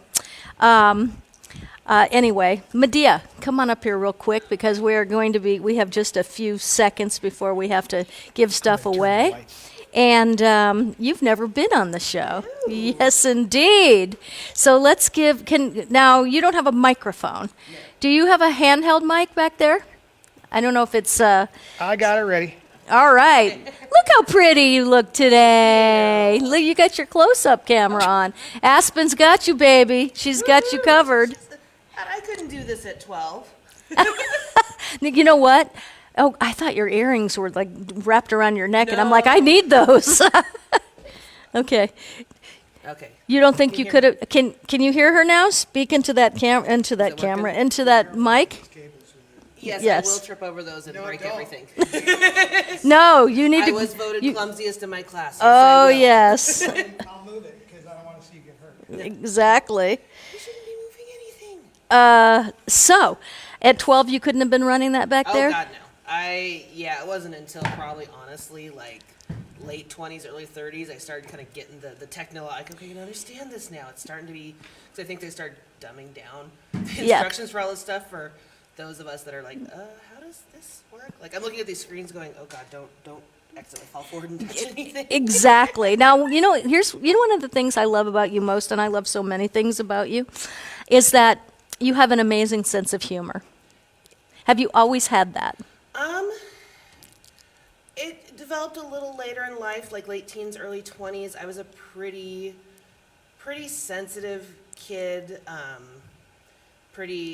guess, I honestly don't know how to describe it, just very heightened awareness to other people's tones and emotions and stuff. And so I was always like, what can I do, like, to keep myself small and not upset anyone? And Yeah. then just after I, started, out of high school and into college, and I'm like, I'm kind of tired of diminishing myself down almost, like to try and I'm like, if I find inappropriate stuff funny, I find it funny and I'm laughing. And I will tell you that a lot of people out here can probably relate to you and what you're saying. And I like outrageous. Yes. I do. I mean, I love people that are shy. I love people that are outrageous. I love personalities, like seeing everybody's different personalities. But one of the things that I love about you too is how transparent you are on Facebook about your life. And I had no idea the struggles that you had with what we were talking about earlier with addiction. Yes. And so I know that there are people out there that are watching or will watch the replay of this show. And for my wish for people is to have hope and know that there is a way. And so I really want you to tell them through me, tell them for people that might be struggling or have a family member that's struggling, can you give them some encouragement? Yeah, I mean, there honestly is always hope. Yeah. But the biggest thing to remember is that if you're the loved one, family member of an addict or alcoholic, you can't make them get sober, Right. and get help. They have to actually want to do it. Mm-hmm. And I feel like that's a lot of times why you see people in and out is because they're like, okay, well, they really want me to go do this, and I'll do it for them. And that was honestly me in the beginning, more so because I didn't want to have to go back to that psych ward. I was like, whatever I have to do, 6 months, no drug. Okay, yeah, I'm down. I'm not coming back here because as much as I like to joke that, I need a vacation there again.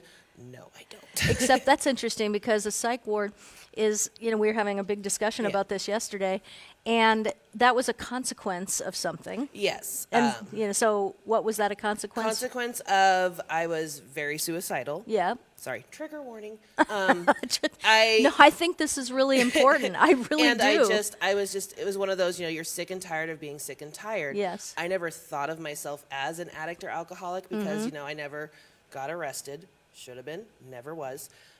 Never lost my job, family, didn't lose any of that stuff. I wasn't, like heavy binge drinking. I wasn't hard drugs ever.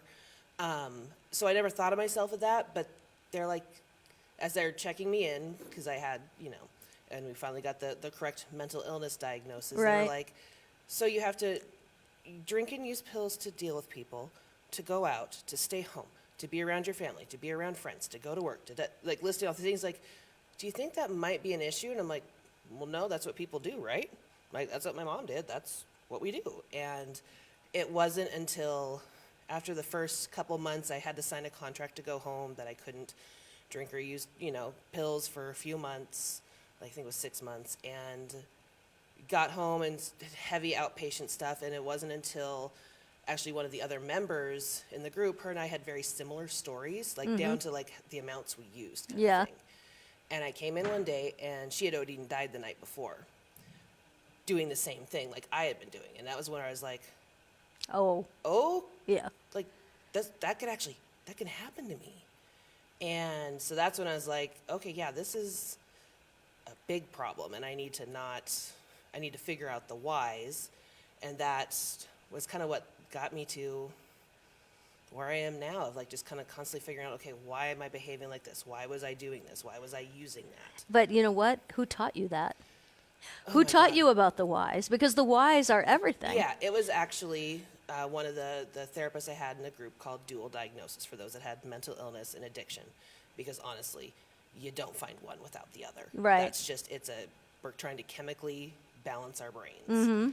And she was like, it's never the how much. It is never the how much. It is why are you doing it? What are you trying? Why are you needing to get yourself to this normal? Why is this so important? What are you trying to dull down?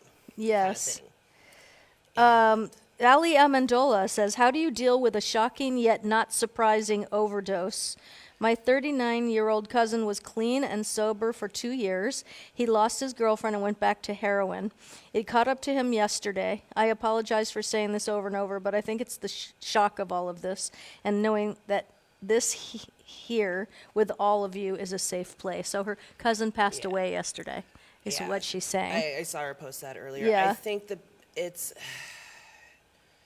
you kind of have to learn how to process the shock, like how to, in a healthy way, not let it completely overwhelm you. Yeah. And whether that's, coming on watching the show where you're safe, finding your safe place,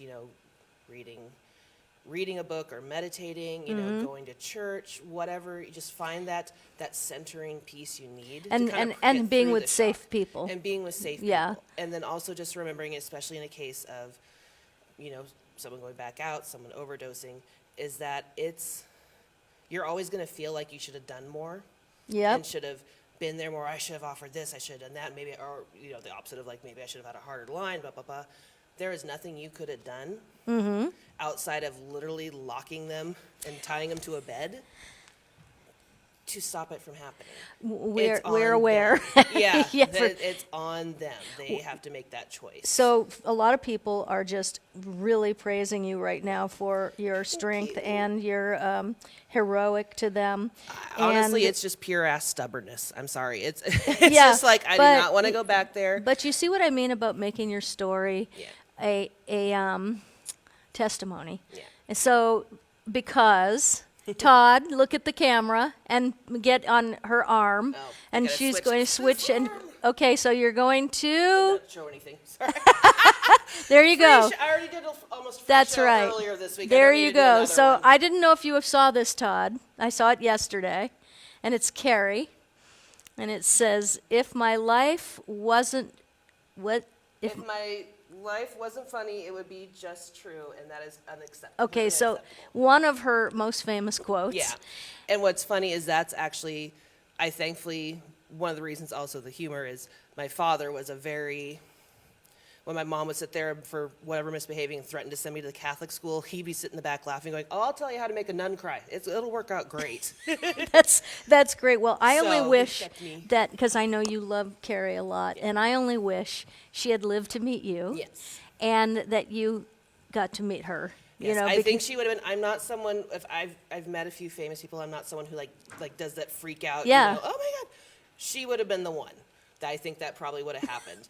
The other one is the radio announcer for the Portland Trailblazers basketball team, and I cry every time I meet him, and my husband makes fun of me. But isn't that a great thing? Yeah. You cry because it's an overwhelming It's just, moment. you know- Or I don't know if it's overwhelming. It's just a very whelming moment. Well, it's just one of those this is, as someone. She was someone I really looked up to because of her flaws, because she was not perfect, and but also because she was so honest about it. I mean, I'm sure there were still things that, until after she passed, the public didn't know, but she still was like, yeah, I screwed up. Joe Joe Hughes says, trying to get to normal. Oh, yeah, that's a big, that's honestly a reason so many use is because we see everyone out there I love this conversation so much. do we want to be normal? We want to, Well, whatever normal is to you. Yeah. Because normal we see is. this normal, we think Yeah. that's what we need to be. How do we get Yeah, there? not And everybody's our brain normal is the can't help same. us Yeah. get there. So. That's why I always think, when people are trying to figure out somebody and why they do what they do, and sometimes you can't figure that out because it's not a Yeah, a we don't well-thinking know. mind. It's not a normal thinking mind at this particular Yeah. moment, because everybody has a chance to get to where they need and want to be.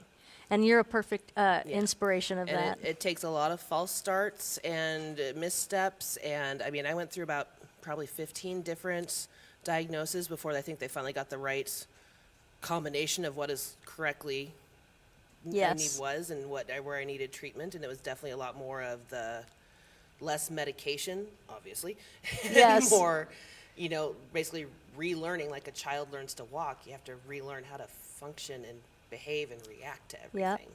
Well, I'm just thrilled that you're a part of my life, and I'm really happy that you got to come here and you got to stay with Barbara in her new Yes, and house. we've been having fun and stayed up way too late. Well, for me, way too late. Her normal. Mine, my bedtime's 8 o'clock at night. So last night you and Barbara went to see, Ron White.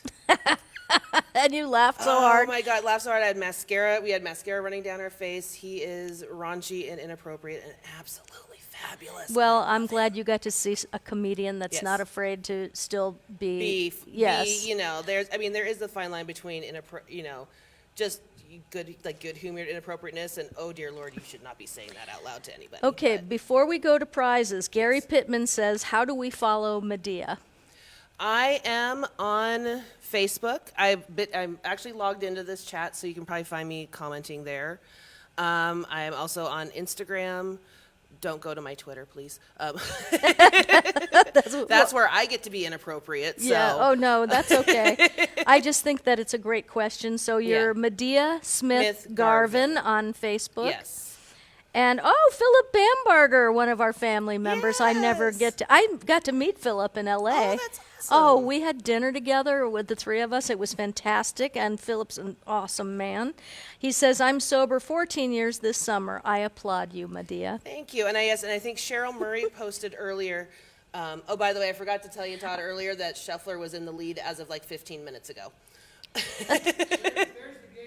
Okay, we see. Okay, he's we still see way in it. the There's lead. Scheffler right there. Way in the lead. So And then Cheryl Murray posted she was 18 years sober. yeah, so- I just saw that. Yeah. I was going back. So Cheryl, congratulations to you.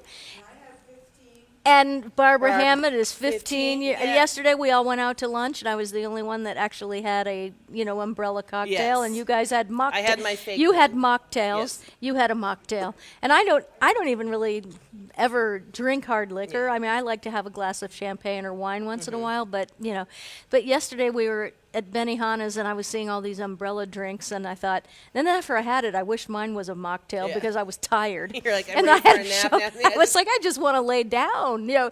But anyway, Medea, thank you. Thanks for sharing. Yes. Thanks for being transparent to help other people, Thanks because that's for what it's about, isn't taking it? us out to lunch and inviting us in. She and- took us to lunch. Yes, Barbara took us to lunch. So And I said, you don't want to pay for lunch today, because she Yeah. said, I want to get lunch. I said, no, I'm getting lobster and steak, and that's it. You are not paying for lunch, but she did. Thank you so much. yes, and she's not paying for dinner tonight either. So Oh, that's right. Well, everybody, we're going to give stuff away now. So, Todd, you want to watch the game and keep her up here? Or do you...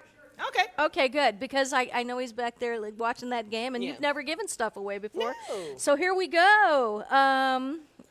Look at Sarah Drogden. What is normal anyway? I have been trying to work that out my whole life. It's different to everybody, I think. Normal is a I don't know. Normal is when I think normal is when you're not harming yourself. How's Yes. that for I think- that would be my definition Yeah, I of think it. normal is just when you kind of get an equilibrium. Like you're not swinging too high, you're not swinging too low. It's not getting too like traumatic. Like you're able to kind of be at a comfortable maintaining level, Exactly. whatever that is. So here we go, Medea. Now we're going to, so Ryan's got the first randomizer winner here. Let me get to his messages because that's where he communicates with me. Our randomizer, oh my gosh, you're not going to believe this. Number 1 is Susan Klenofsky. Woohoo! And it was her birthday yesterday. Yay! And if I'm not Happy mistaken, belated did birthday. she win last night? I buzzed through these shows. You didn't see the show? I or watched did- a little bit, and then we got to talking and eating cheese and crackers. All right, number 1, numero uno, and my prizes are right over here. Sorry, I like to sit on my legs. no worries. Since I was a think kid. one is on the. One is here. Oh, it's on the ottoman. It is? Oh. Oh yeah. Susan couldn't fit Klenofsky. I'm not sure if you actually.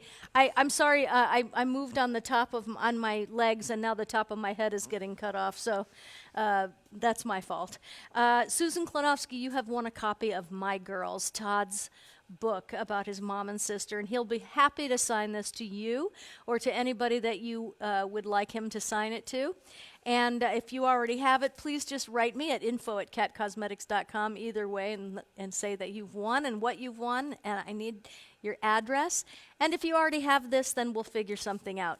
And if you haven't gotten it yet, what is wrong with you? It is fantastic. Did you love this book? I did. It's literally like how Todd's up here talking in the book. Yeah. Like, I love that. I have it in the electronic and audio. I Oh, haven't you listened do? to the audio yet because I've got like 15 million things to listen to. Yes, But I get is it. It's literally like how he talks up here is how it's written in the book. Oh, great. So Susan, thank you and congratulations. You are a wiener. So let me know if you have received that.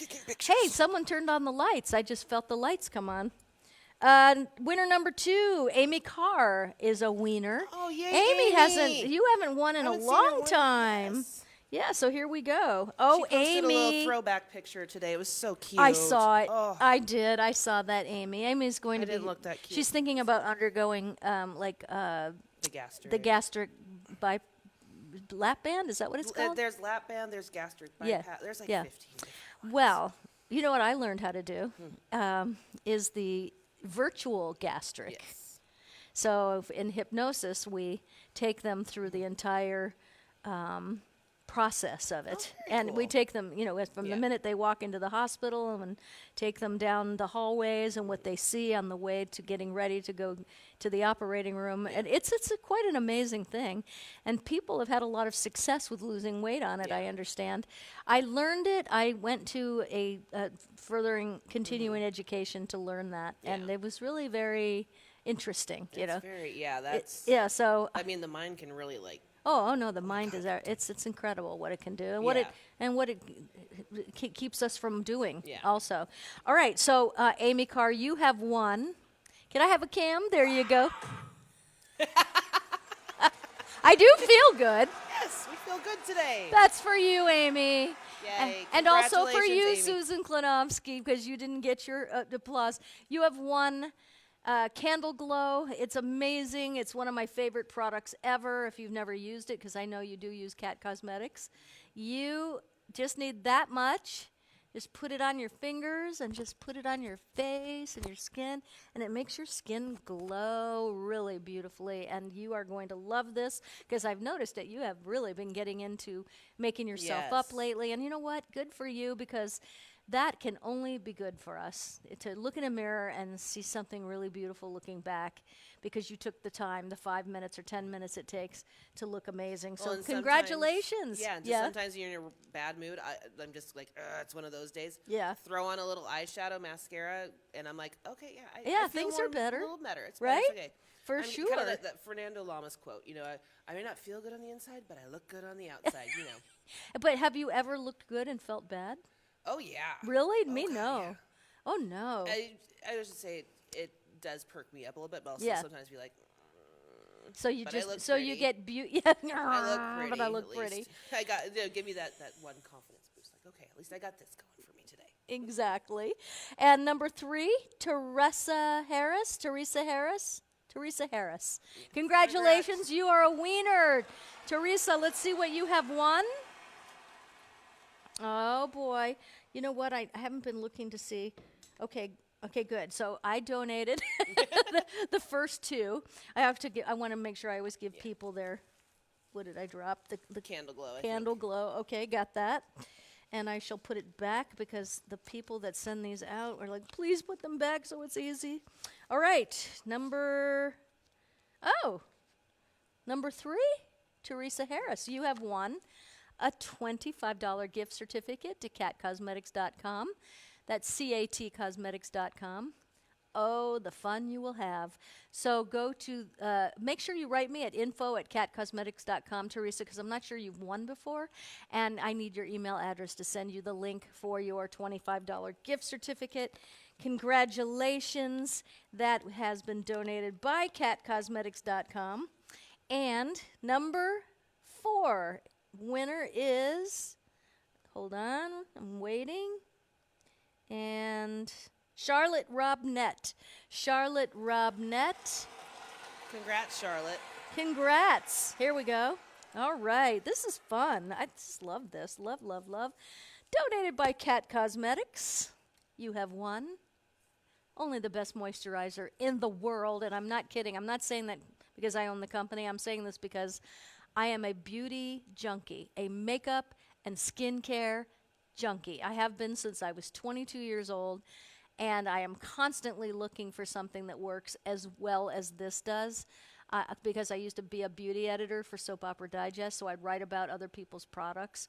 And I still want to do that, because I really, I'm not the only person in the world that makes things. Other people make things and other companies make things. And when I find something that's great, I love to write about it, talk about it, sing it from the rooftops and tell people about it, especially if I can find it in a drugstore. Yes. But that's getting harder. But you have won this, and I'm Charlotte Robnett. You are going to love this. So please write me at info@catcosmetics.com and say what you have won. I need your address, and thank you for coming to see the show. Thank you so much, and you are a wiener. Okay, we're going on now to number 5. Number 5. Let me just put this here and look here. Number 5. Jana Graham. Jana Graham. Sounds like a pajamagram, doesn't it? Pajamagram. Did you ever notice on the pajamagram commercials, or they have, the girls are like, it's like they put the pajamas on, and it's almost like they're having sex with somebody. The Yeah. looks that they give, and it is so. I'm like, I don't look like that when I'm getting my jammies I don't look on. like that when my I'm more like, oh, thank God I'm out of regular clothes. and I'm more of a sweats girl. Yeah. Yeah, so there you go. All right, Jana Graham, you have won.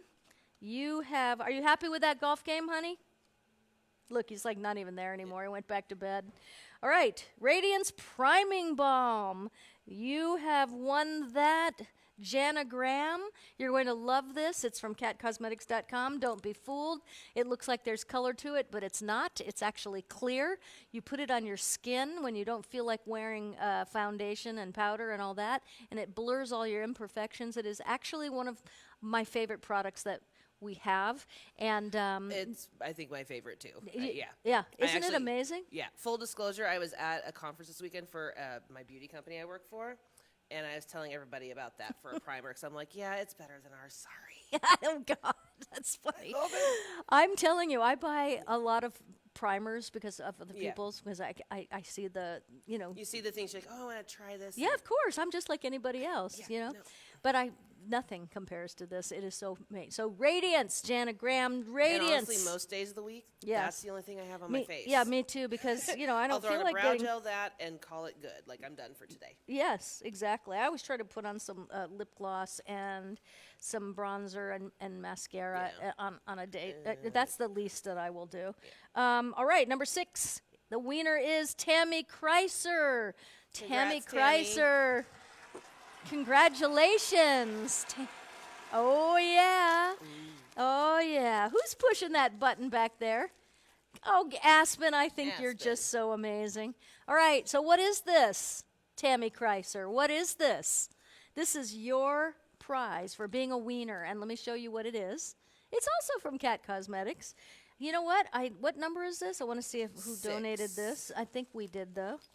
Yes, from catcosmetics.com. So this is awesome. You know why? Because it's a brush set. And what I love about that, there are 9 brushes in here designed by yours truly. They're really amazing. Each and every one has a task to do. The right tool for the right job, baby. That's what we're talking about. Also, these are really high quality brushes, but what I love about it the most is that you can take it all with you. When you put brushes in the bottom of your purse, please don't put them on your face, because it's scary what's down there, right? We don't think about No, that. this is- But see, this is so great because nothing gets on your brushes. It's amazing. So congratulations to you. I am so excited that we have. I think you're a new wiener too, Yeah, I feel Tammy like you're getting Kreiser. a lot of new winners. tonight. Yeah, I Not think that hearing- that's awesome. Okay, so here we go. I'm going to go ahead and put that back there. Number 7 is Carol DeWald. Carol DeWald. That's number 7. All right. Carol DeWald. Let's see what you have won. This is donated by Cat Cosmetics as well. You ready, Carol? I wish I had a drum roll. Carol! You have won the new foundation brush. Let me see if I can show it to you better. It's awesome. This is a new product. It's only been out a few weeks. If you put cream foundation or cream color or color sticks or a bronzer that's in a stick or anything that's cream based, that's what this brush is for. I really don't think I would use it for powders or powder products because it's synthetic. I happen to think that natural hair brushes are the best for those things. Synthetic brushes are only good for in my opinion, are really only, the payoff is great for cream products or any foundation would work. It could be a liquid. But this is really made for cream products. So congratulations. I hope you love it. Make sure that you write me that is from Cat Cosmetics. It's And called... that brush is amazing. Oh, thank you. It's called the Miracle Working Foundation Brush, and it's awesome. It's like this. It's like painting a wall, and you're done. Except it doesn't look like paint streaks on your face No. like so many of those. It buffs it foundation into your yeah, skin. it just gives it, because of the synthetic and how densely packed it is. Do it you just agree really, that synthetic brushes don't work well for powder products? I don't think yeah, they do. they really don't. You really Yeah. almost need more of. It needs more grab. The grab and to it. And synthetic with powders doesn't blend things as well. It really doesn't. It just kind of glops it there. Yeah. And especially if you're someone that has dry skin that already is grabbing Yes. remotely anything put on the face, it just, yeah. Well, that went to Carol DeWald, and now we are at our very last prize of the day. And it goes to somebody that I haven't seen in a long time in the room until just recently. And I thought about you this morning. Now, this is not someone I've ever met before. So, Lane Semper, what's going on in your life? Because you were on my mind heavy this morning. So, I'd like to hear from you. And it's good to see you. You are the wiener, Lane Semper. You are the wiener of number 8. Congratulations, Lane. Congratulations. All for you, Lane. All right, here we go. Where is number? Number that's 8. 8. Do you know how clever you are, Aspen? She put it backwards so nobody would could see see it, it, yeah. right? This is donated by Barbara Hammond. Let's give Barbara Hammond a round of applause. There you go. That's right. Thank you, Barbara. I love it. I love it. I love it. So this is what you have won, Lane. It is a beautiful necklace. As you can see, it's really long. I'm going to take it off. I don't know if I can do it with all the gear I have on my ears right now, but I love this necklace. I have one myself. Barbara was wearing hers. Are you wearing something similar today? Similar. So yeah.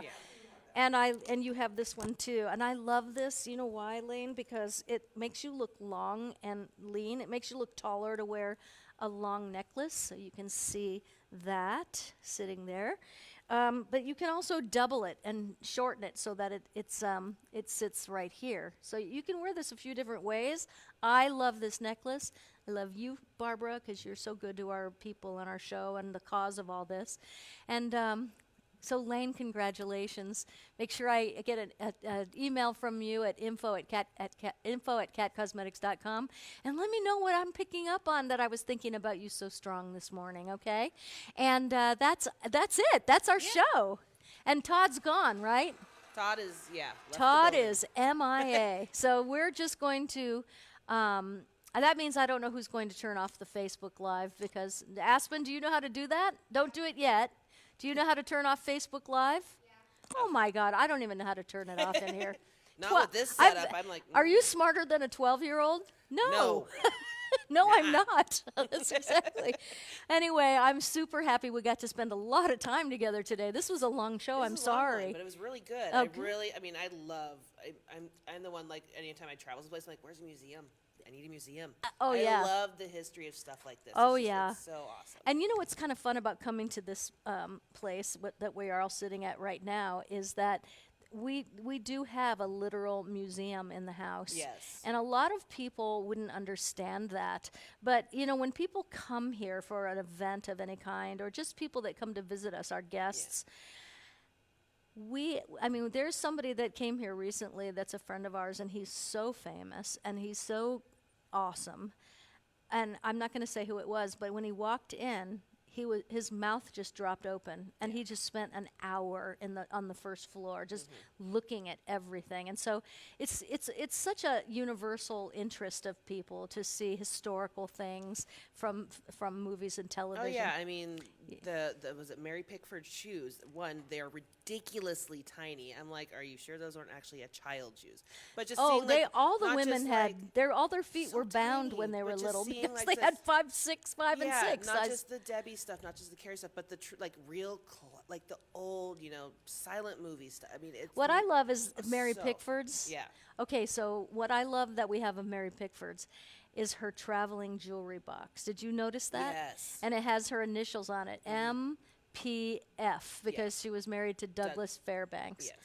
And I love looking at her jewelry and her little Tiffany alarm. A Cartier alarm clock. Yes. And it's what she traveled with. And Mary Pickford was an amazing woman. She started It was her and United Charlie Chaplin Artists. and Fairbanks. And They was started it United W.C. Artists, but a Fields. woman in But that a woman was in part the of it, yeah. 20s in the forget it. Like people complain about women today, and I'm like, come on, Oh. we have come a long way. We're this a lot more accepting of a strong woman today. We still have ways to go, but Yeah. back then, you had an opinion as a woman. Oh yeah, no, that was just literally. Like, it always surprised me. It's like, she did that. Like she was. Oh, she was, for me, Yeah. an incredible historical figure. And I love looking at her things. I love looking at the things that people used every day. When I went on the Titanic exhibition, Yeah. and I know a lot of you, if you ever get a chance to see the Titanic exhibition, because there's maybe 4 of them floating around the Yeah. United States, and we have one that lives in Las Vegas. When you look at the things they brought up from the ocean floor that are still intact, Oh, yeah. people's glasses and like the private plates things and the shoes. yeah, and just like, it's just for me. There's how just is that? something I love that just knowing that I love well, and history. You can just like feel the emotion from that kind of stuff. Right. Too. Like you can feel the people, and I don't know. I love that kind of stuff. I do too. So when people come here for events of any kind, they also get the good feeling of being able to go and look at our collections of things, and it's kind of really cool, you know, because Yes. it's a lot of people feel connected to movies and things like Absolutely. And yes, they are keeping an eye on me, so I don't take off with any of the Carrie stuff. So that. I know we didn't even lock I know, we the cases when you came here. they were wide open, and I'm like, Exactly. never. So let's say goodbye to everybody, and only for now. Yes. In Italian people, when it's over, they're very dramatic, the Italians. So if someone broke up with you and they went, addio, that means goodbye forever. Yes. Right? And then adios, of course, is a whole nother thing. And so we will say, see you later instead of goodbye, because we're going to be We're here. going to see you again. We're going to see you Yes. again.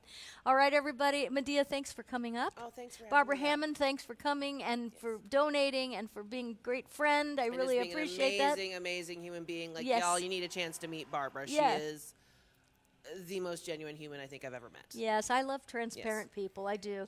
I love when people can just talk about their life and have no shame about anything, because they understand that that is what makes a life. So I always say, no matter where you've been or what you've done, there is, you know, you are still lovable, and you are still well able to make whatever you want of your life. That is the joy of being an American and a person that understands the way life really works. So thank you, everybody. We will see you soon. And, well, you're going to see a lot of me, because I'm going to do a lot of makeovers, because our Easter sale starts on Tuesday. I'm very excited. I have a long list already. Well, you're right. You're sitting right in the middle of it all. I know. You guys, thank you very much. I love you. We love you. And Go out and enjoy the rest of your Sunday. yes, enjoy it. For those of you on the East Coast, it's kind of the end of Sunday it. evening. I'm going to go out and roll around in the hay with my turkeys right There we now. go. That's what I'm up to. Goodbye, everybody. We love you so much. And I don't have anything to play for you all to say goodbye to each other today, because Todd is gone. So Aspen's going to be closing us down. And thank you. Thank you so much. God bless you. Oh, we got, look at we got applause. Woo! Okay, Aspen. Good job. Great job.